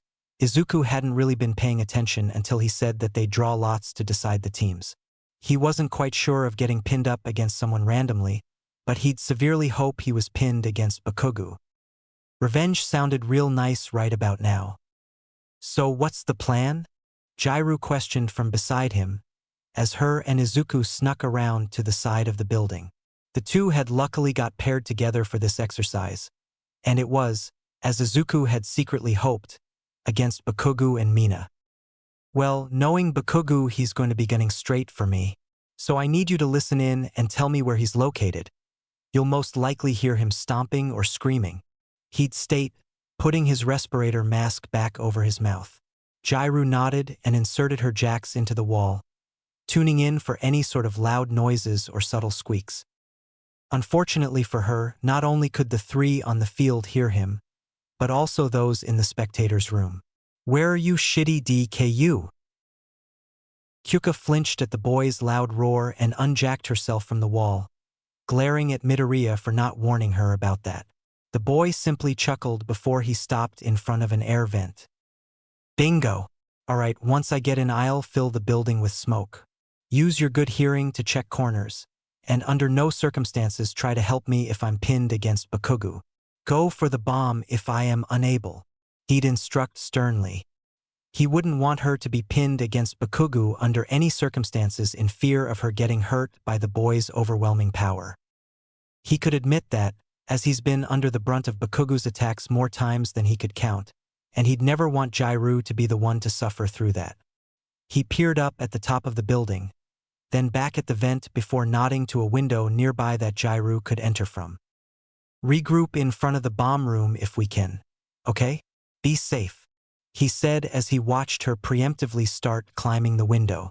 He grabbed her arm tightly and caused her to look down at him. "I mean it, please be safe. I don't want you getting hurt. Call me on the comms if you need it." The girl blushed and nodded at the boy's concerns. She hopped through the window as Izuku's smoke dashed through the air vent. He made his way through the vent and arrived in an empty room of the building. "All right, let's do this," he thought as smoke began to shoot out of the vent holes of his suit. All inside of the building, a deep smoky fog began to fill the area. Everyone was now sitting ducks, waiting for Izuku to strike. Confined spaces like this really were his strong suit. He had named this move Smoke Screen, and it was going to help ensure victory.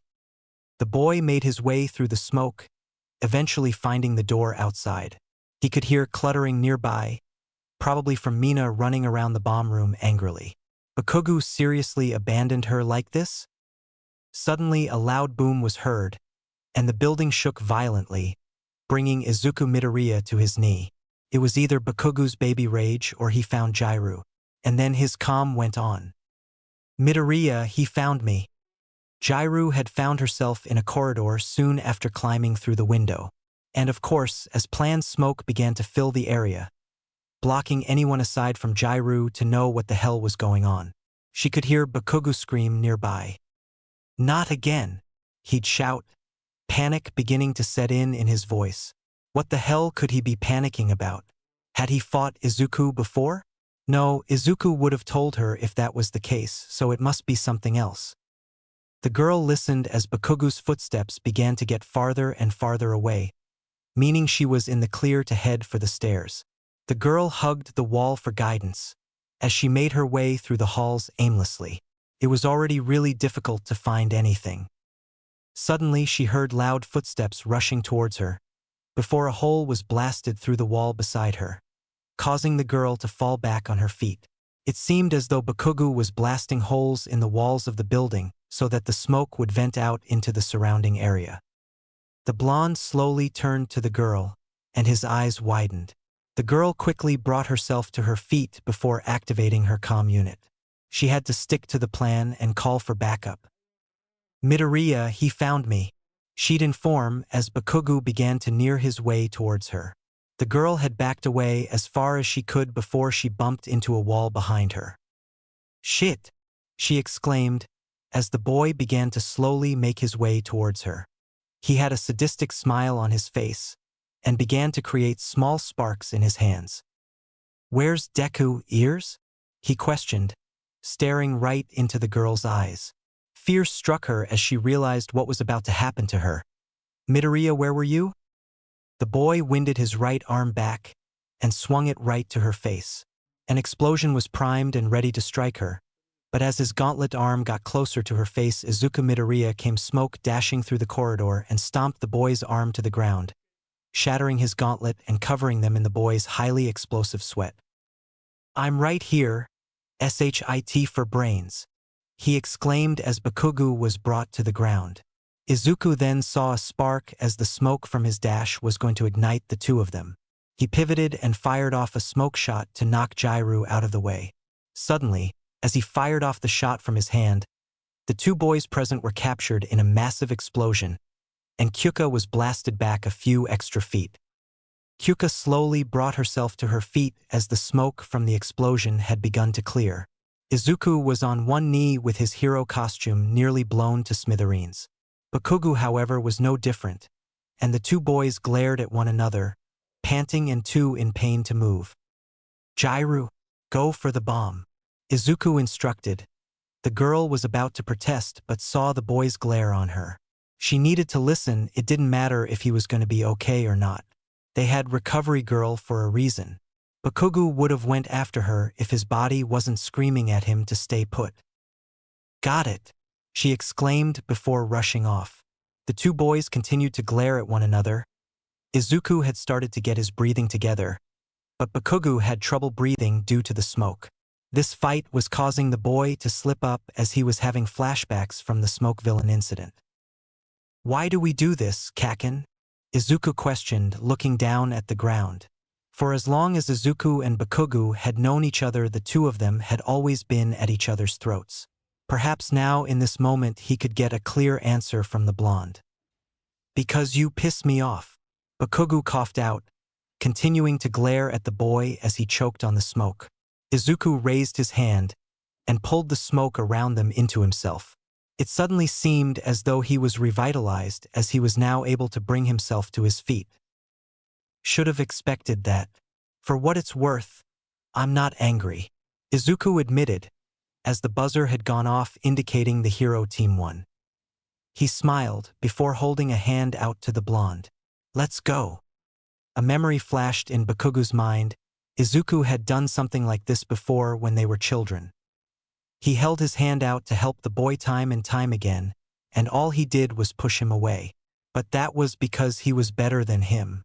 He was better than some damn copycat idiot, someone who didn't have his own quirk. Bakugu slapped the boy's hand away and stood shakily before making his way over to the stretcher bots. The two of them needed to be treated for their burns, but Izuku was the only one who could walk properly. He shook his head as he watched Bakugu flop onto the stretcher. He just wouldn't change up his attitude. Izuku made his way outside of the building slowly, and Jairu was soon able to catch up to him. She looked panicked, but was lucky enough to have been able to win her fight with Mina due to her accidentally melting a hole through the spot she was standing on. "Midoriya, are you okay? You have no idea how worried I was," she exclaimed, as she rushed over to help the boy make his way to the nurse's office. She wrapped one of his arms over her shoulders and helped prop him up as they walked, and Izuku smiled. "It's nice to see you worried about me. I never doubted you could do it. Not even for a second," he muttered tiredly as the two walked through the hall. All Might stood there waiting for the two of them, and lifted the boy off of Jairu's shoulders. "You both did great, young Jairu. Leave young Midoriya to the stretcher bots," he instructed as two of the bots had arrived. She placed the boy onto the stretcher and watched as he was wheeled off. She was worried for him, but knew Recovery Girl would have him in top shape in no time. It was the fact that Bakugu was also there that worried her. The day went on as normal, and Izuku still hadn't come back even as the day came to an end. Jairu had begun to grow worried, but the boy soon arrived with his blazer draped over his shoulders. His entire upper half was wrapped in bandages all the way up to his neck, but other than that he appeared to be fine. The boy scanned the room before his eyes fell on Jairu. She was standing by his desk and gathering his things for him, but he had arrived before she could finish. Bakugu was actually right behind him as well, and shoved the boy aside so he could get into the classroom. "Out of the way, Deku," he stated, walking to his desk. Izuku shot the boy a glare before making his way over to Jairu. "Were you gonna bring me my things? That's sweet of you," he said, holding a hand to his heart in order to tease the girl. She blushed and handed him his bag. Yeah, just take it and let's get outta here," she stated, refraining from harming the boy more than he already had. She then remembered the boy's words before he was taken to Recovery Girl. "So you really never doubted me?" The boy smiled at her, though it wasn't a smile of mischief this time. "Of course, you're a hero for a reason, and you're someone I trust." Jairu's face went red, and her jacks wriggled in embarrassment. The fact he could say such nice things like that is why she stuck by him. He was a really nice guy, and to top it all off he was heroic as all hell. "Ah, thanks," she said with a small smile. She was appreciative that he had referred to her as a hero, and it made her all giggly inside. Izuku then nodded for the door so that the two of them could head home. "Let's get going, all right? I want you to fill me in with what I missed today, especially everyone's quirks," he exclaimed, his nerdy nature beginning to take over slightly. The girl laughed at his mutterings and grabbed his hand to snap him out of it. Izuku peered down at her girl's hand over his and actually blushed, though just as quickly as it was there it was gone. But it didn't go unnoticed. "Oh? Did you just blush?" she questioned, before Izuku snatched his hand from her grasp. He turned away and began to walk out of the room. She might have won just this once, but he wasn't going to let her know that. No idea what you're talking about. Chapter 6. Unfortunate Simulation Joint. Izuku stomped out his cigarette as him and his class stood outside in their hero outfits. They were going to be headed for the USJ, or Unforeseen Simulation Joint, and Izuku was getting a bit of a bad feeling from this trip. Izuku would have been in his hero costume as well, but his costume was still being repaired after the battle training. Bakugo be damned, he really wished he didn't have to smoke like this today. He had actually wanted to quit his habit so that he'd be more appealing to a certain girl, but seems like he was going to have to rely on cigarettes once again. "I can't believe I've got to go without my costume because of you," Izuku complained. Bakugo, who was standing right next to him, rolled his eyes and let out a tisk noise. The two boys were adorned in their UA gym uniforms and were waiting for a few more students to show up so they could take off on the bus. "Not my fault your shitty costume can't handle my explosions. And don't talk to me like we're buddy-buddy. I'll kill you," Bakugo replied, scowling at the greenette who had used to be quite a few ways shorter than him. Now it appeared that Izuku matched Bakugo's height, or maybe he was an inch or two shorter. Yeah. Next time we fight though, it'll be a crushing defeat for you," Izuku stated, placing a hand onto the blonde's shoulder. Bakugo glared at Izuku, but the greenette only smirked before walking towards an approaching Kyuka Jairu. "Hey Jairu, looking good in that costume as always," Izuku complimented, smiling down at the girl. She blushed and attempted to sock the boy in the arm as hard as she could, only for him to vanish as smoke and reappear behind her with her wrists being grabbed by him. "Careful, that would have hurt. Am I not allowed to compliment you now?" "Not with your kind of intentions," she stated through grit teeth, while secretly being happy for the compliment. She then struggled against the boy's grasp on her. "Now let me go. We've got to get on the bus." Izuku chuckled and released her. Fine. I've got this cool new piece of art that I want to show you anyways. I think you'll really like this one." Izuku, after becoming more comfortable with the girl, had begun to show her his WIP art. These sketches and murals to be were kept top secret from his fans, and the fact that he went out of his way to show her his ideas and explain the deeper messages really showed how much he had begun to trust the girl. "Can't wait to see it," the girl stated, smiling brightly at the boy. Was it just him, or was it getting harder and harder not to blush around her? She's seriously way too cute. "Oh, but what do you think we're gonna do when we get to our rescue training spot?" Izuku shrugged. "Probably gonna be a whole bunch of easy training to be honest, though I can't help but get the feeling something's gonna go wrong." The greenette then looked up into the sky as a gust of wind blew past them. His gut instinct was intensifying. This could really be a bad idea. Something's definitely gonna go wrong. The 1A students exited their bus to find themselves at a massive facility, the Unforeseen Simulation Joint, or USJ for short. Izuku stepped off the bus with Jairu in tow and stared at the large building before him, that eerie feeling telling him that something was going to go wrong multiplying tenfold. Something was not right. "I don't trust this place. My gut is telling me not to go in there," he mumbled before turning to the rest of his class worriedly. Jairu picked up on the spike in Izuku's heartbeat and tapped his shoulder, causing the boy to flinch in response. "Hey, what's up? You look like you've seen a ghost," she questioned, as she stared at the boy with a worried expression. He seemed to be quite on edge, as if he could tell that a storm was brewing. Izuku stared back at Jairu for a while before responding. Yeah, something's just off. Like I get the feeling we're being watched, or something bad's about to happen," the boy admitted, after taking a moment to calm himself. There was such a suspenseful tenseness of the area, and it was scaring him. Jairu had never seen Izuku in a state like this, But surely he was just being paranoid, right? They were at UA for Christ's sake. There was no way that whatever Midoriya was worrying about would happen to them. Quit being so paranoid, man. I'm sure we'll be fine, Jairu stated, patting the boy on the back. Midoriya stared back at the girl. Her optimism did help the boy feel a tad better, but that feeling of danger never left.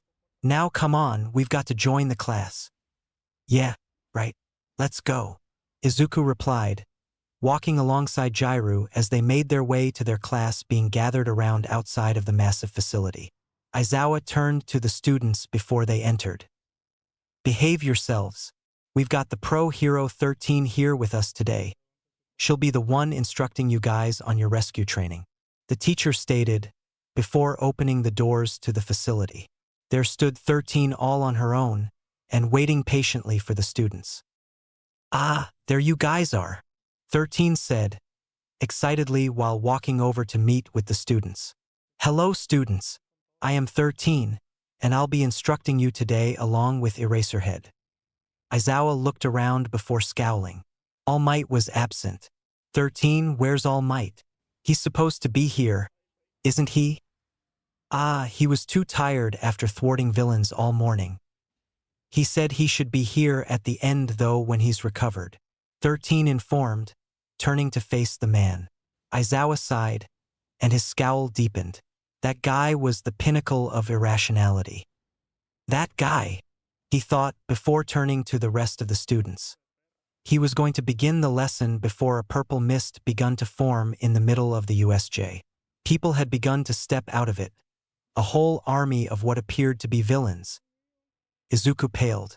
Wait, those are Dash, he'd start, before being cut off by his homeroom teacher, who put on his goggles and readied his capture tool. Villains. Everybody get back and call for help if you can, the man instructed, dashing down the stairs to meet the villains before they could reach the students. The man had begun attacking the villains left and right, taking down a large portion of the army before any of the students could fathom what was happening. Wano was under attack, and the students needed to get out of there and fast. 13 quickly turned to the students. Everyone, to the exit, we need to call for the other pros. The entirety of the class ran for the main exit, but suddenly that same purple mist from before appeared before them, attempting to cut them off. Not so fast, young heroes, a voice was heard, before glowing yellow eyes appeared in the mist. It was a villain. We can't have you ruining our plans. We are the League of Villains, and we are here to kill all Migdash. Before the man could finish, Izuku had shot a cinder missile right at him, narrowly missing the man's weak point. Shut your trap. We don't have time for the likes of you. Izuku, along with Bakugo and Kirishima, rushed the villain, much to the horror of 13. Unfortunately for the trio, they would be swiftly cut off by the man creating a vortex before them. Tokoyami had attempted to use Dark Shadow to grab Izuku before he was warped away, but was unfortunately caught as well. A distressed Mina Ashido had begun to throw blobs of acid at the man, much to his annoyance before she too was warped away along with them. 13 watched in horror as 9 of her supervised students were warped away right before her very eyes.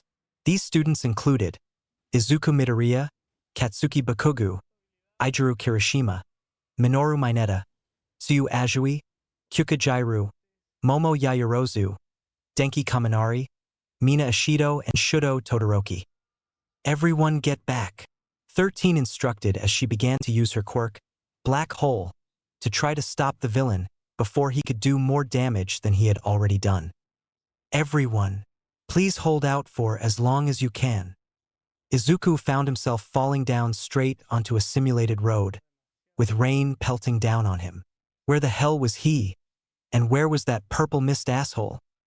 Wait, Izuku though making a big realization. Where's Jairu? Is she okay? The boy grunted as he brought himself to his feet. He looked around the area to find that he was completely alone and being pelted with rain. He must be in the hurricane rescue simulator. Midoriya, he heard a feminine voice speak, but 2 pairs of footsteps behind him. He turned to face the voice and realized that it was Mina Ashido and Fumikage Tokoyami. two of his classmates. "You guys, thank God you're all right," the greenette exclaimed, before making his way over to them. "We need to find a way out of here." Tokoyami nodded. Yes. Unfortunately, there was a single villain guarding the exit. He appeared to have hot pink hair, but he's all on his own. They must place great faith in him if he's to face us on his own. Izuku nodded in agreement with Tokoyami's deduction. If this were a place where Izuku could better utilize his smoke quirk, perhaps they'd have a chance. But they had absolutely no idea what the man's quirk is. "Oh man, what are we gonna do? What if he's crazy strong and we end up dead?" Mina exclaimed, panicking. Izuku and Tokoyami stared down at her, both unsure of what to tell her. There was a very big probability that they could make one wrong move and be done for. "First, let's scope out the scene. Can you take me to where you last saw him? I might be able to better devise a plan," Izuku requested, with Tokoyami and Mina nodding reluctantly. The trio made their way to the exit, sneaking across the surrounding buildings just in case there were more villains, or the pink-haired villain was on the move. Izuku took one step past a building before his foot was nearly shot with what appeared to be a bright laser beam. The greenette held his hand out to stop the two behind him from proceeding into the line of sight of the villain. The tall pink-haired man stared down the greenette before appearing right in front of him, a trail of pink light right behind him. Wasn't expecting only one, but that just makes this easier." His gruff voice spoke before attempting to grab the boy's head with his arm charged up with whatever energy he was exuding.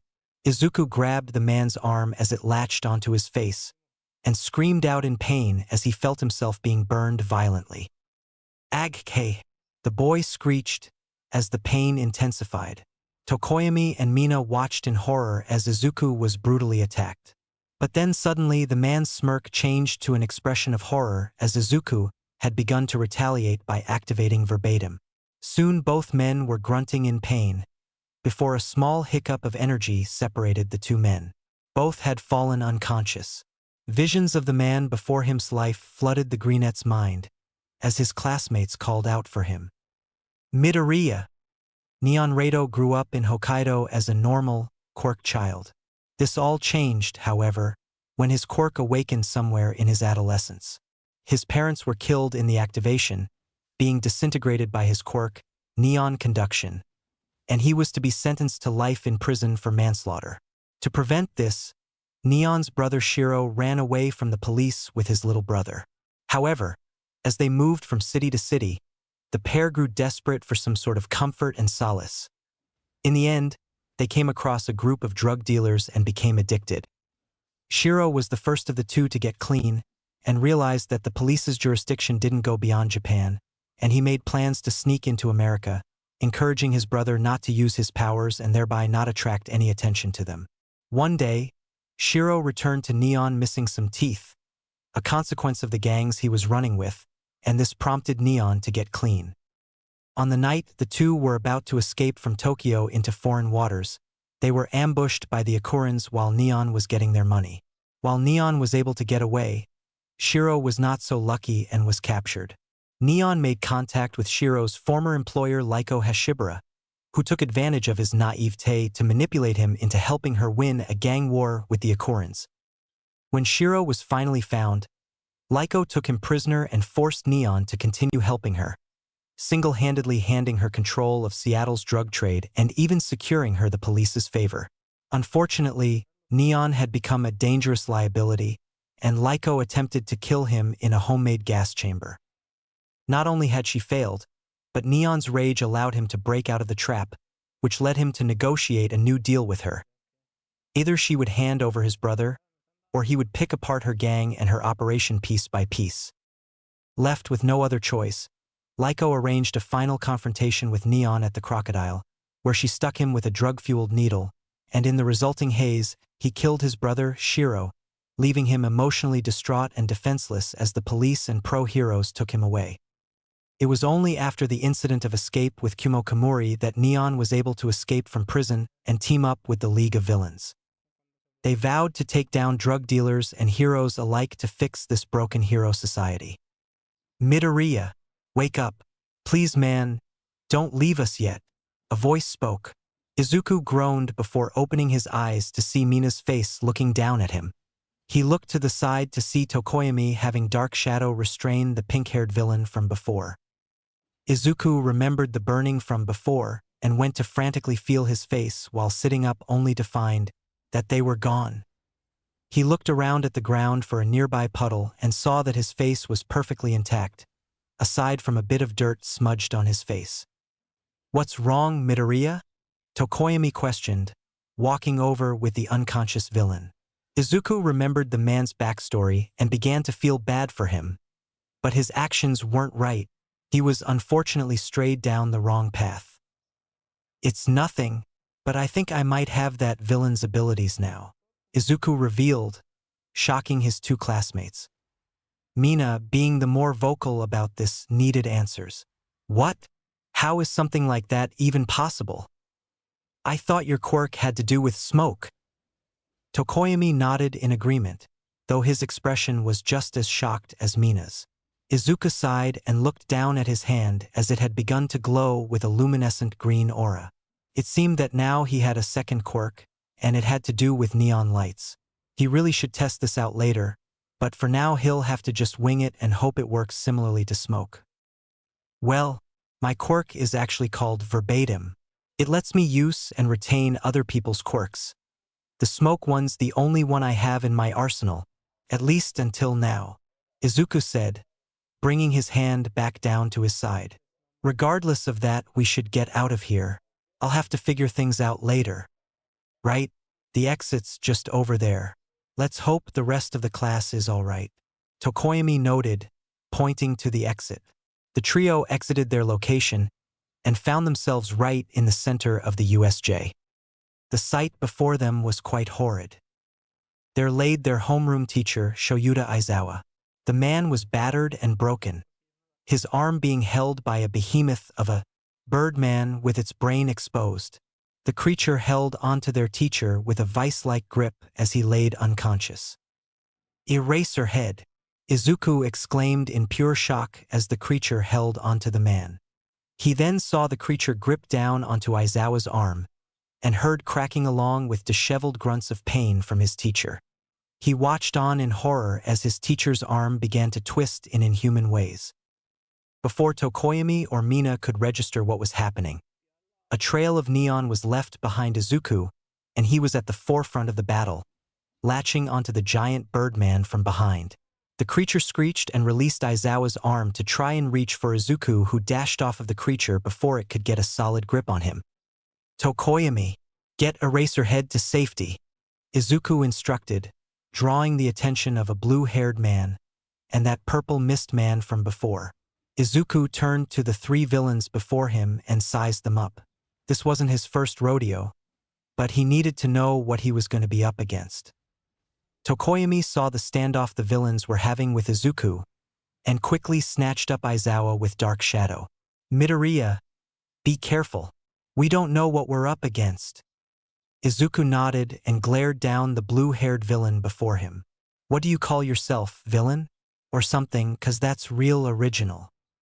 The blue-haired man began to scratch at his throat in annoyance. For your information, my name's Tamura Shigaraki, brat. The man then turned to his tall birdman associate. Nomu, take care of him. Maybe if we kill a couple kids, All Might will show up. Izuku flinched as the creature began to stomp towards him. His body wouldn't move away or try to flee. He looked down at his hands as they emanated that bright green neon light, and then back at this Nomu thing. He'll just have to learn as he goes and face this thing head-on. Mina and Tokoyami were running to the exit, and he hoped to God someone had gone to call for help. For now, it was up to him to try and buy some time for everyone else. As the Nomu had reached him, Izuku ran. No, not away from Nomu, but around him repeatedly. He was leaving a trail of neon behind him and gaining speed while circling around him. Eventually, his physical appearance seemed all but non-existent as he dashed around the giant birdman. It seemed that he was figuring out his new abilities rather quickly, but then he began to run out of stamina and was forced to slow down. Nomu tried to take this chance to strike Izuku with a devastating blow, but Izuku was smarter than that. He wouldn't be so ignorant to think he'd run that fast forever. He slid underneath the creature's legs and leapt into the air before letting his newfound neon energy flow to his hands more freely. "You aren't getting anywhere near All Might," the boy shouted as he latched onto the creature's head and poured all of that neon energy he had stored up into the creature's brain. Nomu let out an ear-piercing screech and attempted to grab onto the boy, but each time he attempted to do so, Izuku would blast him with a stronger shockwave of neon to the brain. This fight was a sight to behold as neon flashes and sparks spewed from both Izuku and Nomu. The creature's head began to glow, but before Izuku could finish his attack, Nomu grabbed onto his shirt and flung Izuku into the nearby mountain area. Izuku crashed into the nearby mountain just as 3 of his other classmates came descending from the mountain rescue area. Jairu and Momo looked onward to see their green-haired classmate. Izuku Midoriya slammed straight into a mountain. Luckily for him, both his new neon abilities and One for All really helped cushion the blow. "Midoriya!" Jairu screamed while releasing Kaminari from her grasp and running over to the greenette. Shigaraki saw the girl headed towards the greenette and let out a simple command to Nomu. "Kill her," he instructed. Nomu, who had seemingly regenerated from that assault by Izuku, let out a low growl and charged for Jairu. Izuku lifted his head to see the Nomu gunning straight for Jairu, and it was like the whole world froze. Izuku watched on as the villain charged straight for Jairu, and something in him snapped. Izuku rose from the rubble of his impact, adrenaline stopping whatever pain he was feeling, and let his neon energy flow to his hands. He stumbled as he tried to walk forward, and quickly realized he couldn't walk much farther. "No!" he thought as the Nomu got closer and closer to the girl. Nomu began to reach for the girl's face as she got closer to Izuku. He saw nothing but pure fear. "No!" he shouted as a massive pulse of energy exploded out of him, trapping Nomu in a massive bubble of some sort. Izuku was confused about what was happening as he stared at Nomu. Were his eyes deceiving him, or could he see Nomu's weak points? Both the students and villains stood in awe at the sight of what Izuku had just done. He had trapped Nomu in some kind of stasis bubble, leaving him completely out of commission. But what shocked them the most was that he hadn't been using smoke at all. It was some sort of strange neon light. "Midoriya, what was that?" Momo questioned from behind Jairu. Before he could respond, Shigaraki let out an annoyed grunt and began frantically scratching his neck and face. "He cheated. He cheated. What was that? Brat?" he shouted, pointing a finger at Izuku. "I'm going to make sure you rot." Shigaraki then began to rush the students, but as he neared them, the doors to the USJ bursted open, causing everyone present to stop what they were doing. All Might had arrived on the scene, and he was not happy. "Don't stress any longer, future heroes." "Why?" All Might questioned, as his loud footsteps and booming voice was heard all across the USJ. The blond man ripped off the tie to his suit, and his smile fell. "Because I am here." Villains who had been incapacitated by Aizawa begun to rise from their unconscious states, only to be knocked back down by All Might in a flash. Izuku looked at his hero in awe. He was able to take down that entire fleet of villains in a moment's notice completely on his own. "All Might!" Izuku breathlessly called for the hero. Before him or anyone else could fathom what was happening, they were moved to the staircase leading away from the USJ central area. Izuku looked around to see Jairu, Momo, and Kaminari beside him. All Might had moved the 3 future heroes away from danger, and as Izuku looked up to the stairs, he could see Mina and Tokoyami taking Aizawa up the giant staircase. "You did well buying time, young Midoriya," All Might commended before turning back to the villains. He took note of the creature that was stuck in the stasis bubble. It seemed to be quite the interesting villain. "Kurojairi, free Nomu," Shigaraki stated, causing Kurojairi to warp over to the trapped creature and free it from the bubble. The creature fell to the ground with a loud thud before bringing itself to its feet. "Come on, you guys. Let's leave this to All Might," Izuku instructed. picking Kaminari's stupefied self up and throwing him over his shoulder. The two girls nodded and they began their ascension up the staircase. And All Might, that thing's crazy strong. Please, be careful. All Might gave a thumbs up to his pupil and charged Shigaraki. The blue-haired man flinched. Nomu, he called, causing Nomu to quickly dash in front of Shigaraki, taking the brunt of All Might's attack. Carolina Smash, All Might said, declaring the name of his attack. Nomu then tried to use both of his arms to grab onto All Might, who quickly evaded the attempt. The students nearby watched as All Might went for a low blow and punched Nomu directly in its abdomen, but to no effect. Nomu was made to withstand all of your attacks, All Might. It has shock absorption. It's the perfect vessel to end the symbol of peace, Shigaraki declared while smirking sadistically. All Might swiftly slid behind the creature and gripped onto its waist. Thanks for telling me how to beat it. If that's all it takes, then this'll be a cinch, All Might declared as he hoisted the creature into the air and slammed it down on the ground behind him in a German suplex. As the smoke from the impact cleared, All Might was being held onto by the creature. He was trapped in the creature's vice grip, and Kurogiri had saved Nomu from getting injured by the impact by creating a warp gate right in the spot he was to collide with. All Might coughed out blood. So that's what you were aiming for, he'd declare as the creature had latched straight onto his wound from before. All Might let out a grunt of pain. He couldn't free himself from this creature's hold on him, and he was now realizing how big of a sticky situation he was now in. Jairu, Yaoyorozu, Izuku called, placing Kaminari onto his own 2 feet. Take Kaminari and go. I'm about to do something really stupid. Jairu looked back at Izuku, and then saw the state All Might was in. Izuku, wait. Dash, she called. But it was too late. Izuku had made a lightspeed dash straight for the scene, and quickly reached the scene. Izuku's goal? Take down Kurogiri before All Might is pulled into the warp gate and cut into 2 pieces. The boy was able to reach Kurogiri, but before he could land a blow on him, Katsuki, Bakugo himself arrived, and slammed an explosive-filled hand right onto his metal-coated neck. Outta the fucking way, DKU, Bakugo exclaimed as the creature was brought down to the ground. Got you now, you fucking Shadow Moblin. Kakin, the fuck? Izuku exclaimed. To the greenette it appeared that Bakugo had appeared seemingly out of nowhere. Never mind, we need to help All Me dash. Izuku cut himself off as he turned to All Might only to see that Todoroki Kid had covered that Nomu thing in ice. Izuku stood there bewildered as the next thing he knew Kirishima had attempted to swipe at Shigaraki. Never thought I'd say this, but boy am I happy to see you guys, he'd exclaim before turning to Shigaraki, who seemingly stood alone. All Might freed himself from Nomu and joined the students. It seems you underestimated my students here, villain, All Might exclaimed, as the hand-clad man began to scratch his face in annoyance once again. These stupid heroes and their stupid cheats. We've been cornered, it seems, because Kurogiri is trapped.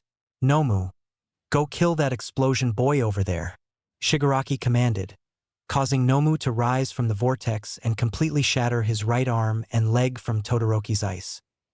The heroes present watched the creature regenerate its missing limbs in a moment's notice, and begin to charge for Bakugo. Before anyone could register what was happening, All Might quickly moved Bakugo aside and took the blow from the Nomu for him.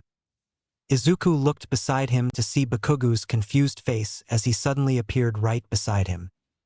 Wait, Bakugo, was that you, or? Izuku trailed off, looking at his childhood friend in awe. Bakugo shook his head and looked over to where the Nomu now stood. No, you fucking idiot, he answered as the smoke surrounding that attack cleared, and All Might stood a few feet away. Shigaraki snarled in annoyance, but was glad that their escape plan was freed. We had no choice but to save our ally there, you know? And not long ago one of your kids over there, I think that plain-looking one, he said, turning his attention towards the green-haired kid, Izuku Midoriya himself. He almost vaporized Nomu here, And who do you think inspired him to muster up such a touching act of violence? Hero? The hand-clad man extended both of his hands to his side. The symbol of peace? Give me a break. You're nothing more than a bludgeon of oppression yourself. Violence only breeds more violence. And once we kill you, that'll be made known to the world. All Might sighed. You're mad. You oughta keep your antisocial viewpoints to yourself. All Might then stood tall and pointed straight at Shigaraki. Besides, you just want to get your kicks in. Shigaraki chuckled ominously, before glaring straight at the number one hero. You saw through me so quickly. It doesn't matter. We'll kick your ass either way. Both Bakugo and Izuku exclaimed before glaring down one another with the same accusation in mind. Oi, quit copying me. Students, I need you all to escape and leave this to me. All Might instructed, holding a hand out in front of the students. Watch as a pro shows you how it's done. Izuku sighed at his mentor. How the hell could be so stupidly reckless? He was gonna cut down how much time he had left by trying to fight that thing, and Shigaraki just said that Izuku almost vaporized it. Give him another attempt and he might just be able to do it. All Might, let me help. I might be able to dash before Izuku could finish his statement. All Might rushed the Nomu and the two began to trade a blitz barrage of blows. The wind pressure of the two's fight knocked back even Shigaraki, who had attempted to attack the students while they were distracted. You idiot. I told you that thing has shock absorption, Shigaraki exclaimed as he regained his footing after being blown away. All Might smirked as he continued to punch away, with blood coming pouring out of his mouth. It's shock absorption, not nullification. That means it's got to have a limit, All Might stated, continuing to punch away at the creature. Izuku watched his mentor as if he was mad. What kind of moron would put himself at risk like this? Oh wait, Izuku is. A hero is someone who smashes through every obstacle life puts his way. Now listen closely as I teach you a thing or two about going above and beyond. All Might exclaimed as he winded back his fist to go for one more devastating blow straight to Nomu's abdomen. Go beyond. Plus Ultra Ea. The students stood in awe at what had just transpired. Izuku had no idea what All Might had just done. But was Izuku seriously going to top that kind of strength with enough training? Surely not, right? Seems I really have gotten weaker. Back in my heyday that would have taken only 5 mighty blows, All Might exclaimed, turning his attention back to the remaining villains. Now it takes more than 300. Now then, villain. We both want to put an end to this dance of ours quickly, don't we? All Might questioned, trying to keep his composure. He had just used the last bit of his strength and needed to keep up the act to keep the villains afraid of him. Izuku took note of All Might's state. He only had about a minute left and would probably need help very soon. Izuku watched Shigaraki begin to scratch at his neck once more in agitation as his plans were foiled. You used cheats, he exclaimed. You've gotten weaker? Bullshit. You're totally overpowered. You used cheats. All Might smiled, thinking his intimidation tactics were working. What's the matter? Where'd your bravado go? What happened to clearing the game? Try it if you can. He's bluffing, Izuku noted as he watched his mentor's shaky form. He looked down at his hands and noticed that he too was almost out of fuel for his neon. Wait! Izuku reached into his pocket and pulled out his pack of cigarettes, grabbing one from the pack and popping it into his mouth. Now all he needed was a light. Bakugo, light me, Izuku called, gaining the blonde's attention. Bakugo growled in annoyance as he stared at the greenette indicating his cigarette. Ha! And why should I? This ain't the time for that. Shitty nerd, Bakugo exclaimed, scowling at the greenette. Todoroki, who was witness to the scene, walked over and lit Izuku's cigarette. It's for your quirk, right? He stated, shocking both Izuku and Bakugo. Izuku nodded and inhaled the smoke, feeling an influx of power surge through him, as well as any pain he was feeling beginning to vanish. So that's how it works. I might be able to switch powers like that, Izuku thought, as he smoke dashed into the battle once more. Izuku began to gather smoke into his hand and fired off a cinder missile straight at the villain's feet. I'm not going to let you villains waste my teacher's time any longer. You're too weak to beat him. Come back another time and try again if you dare. He then glared directly at Shigaraki, staring straight into his eyes. Or would you rather I vaporize you? Shigaraki glared back at the boy before turning to Kurogiri. They need to escape before more heroes show up and they're caught. Let's get out of here. Before the heroes show up, Kuro dashed before Shigaraki could utter another word. He was gunned down by Pro Hero. Snipe, the pros have arrived and we're here to save the day. Thank you, young Midoriya. You've saved me once again. All Might exclaimed, reverting back to his skinny form as Izuku shielded them with a smoke screen. The villains were going to be thwarted, and All Might would continue on nearly uninjured. Just be more careful next time, old man. In the following events, All Might was to be transferred to Recovery Girl, and Izuku would head back to class with the rest of the uninjured students. As Izuku was brought back to the rest of the students, he was tackle-hugged suddenly by a black blur. He looked down to see that Kyuka herself had latched onto him with a tight embrace. Jairu, what? He questioned. He heard small sniffles escape from the girl as she hugged him. She must have been so scared he'd get hurt. Don't do that again, she mumbled as her face was buried in Izuku's chest. A couple of other students watched the scene unfold but said nothing, but one pink-skinned girl took notes. Izuku places a hand atop the girl's head and pats her gently. Sorry, but I couldn't just leave my idol like that, you know? And at least I'm here safe and sound, right? He said, as the girl brought her face up to look Izuku in the eyes. She pouted, but nodded and looked away. Izuku chuckled. You look so cute when you pout. Now, under normal circumstances, Jairu would usually try to hurt the boy, but seeing as how everyone had just risked their lives, especially him, she'd cut him some slack and let him have this. She also kinda didn't mind him calling her cute like this. Fine, but you're making it up to me tomorrow. There was talk of a day off, she stated, blushing slightly at what she was insinuating. Izuku stared at her a bit cluelessly before the light bulb went off in his head. Did you just ask me on a date?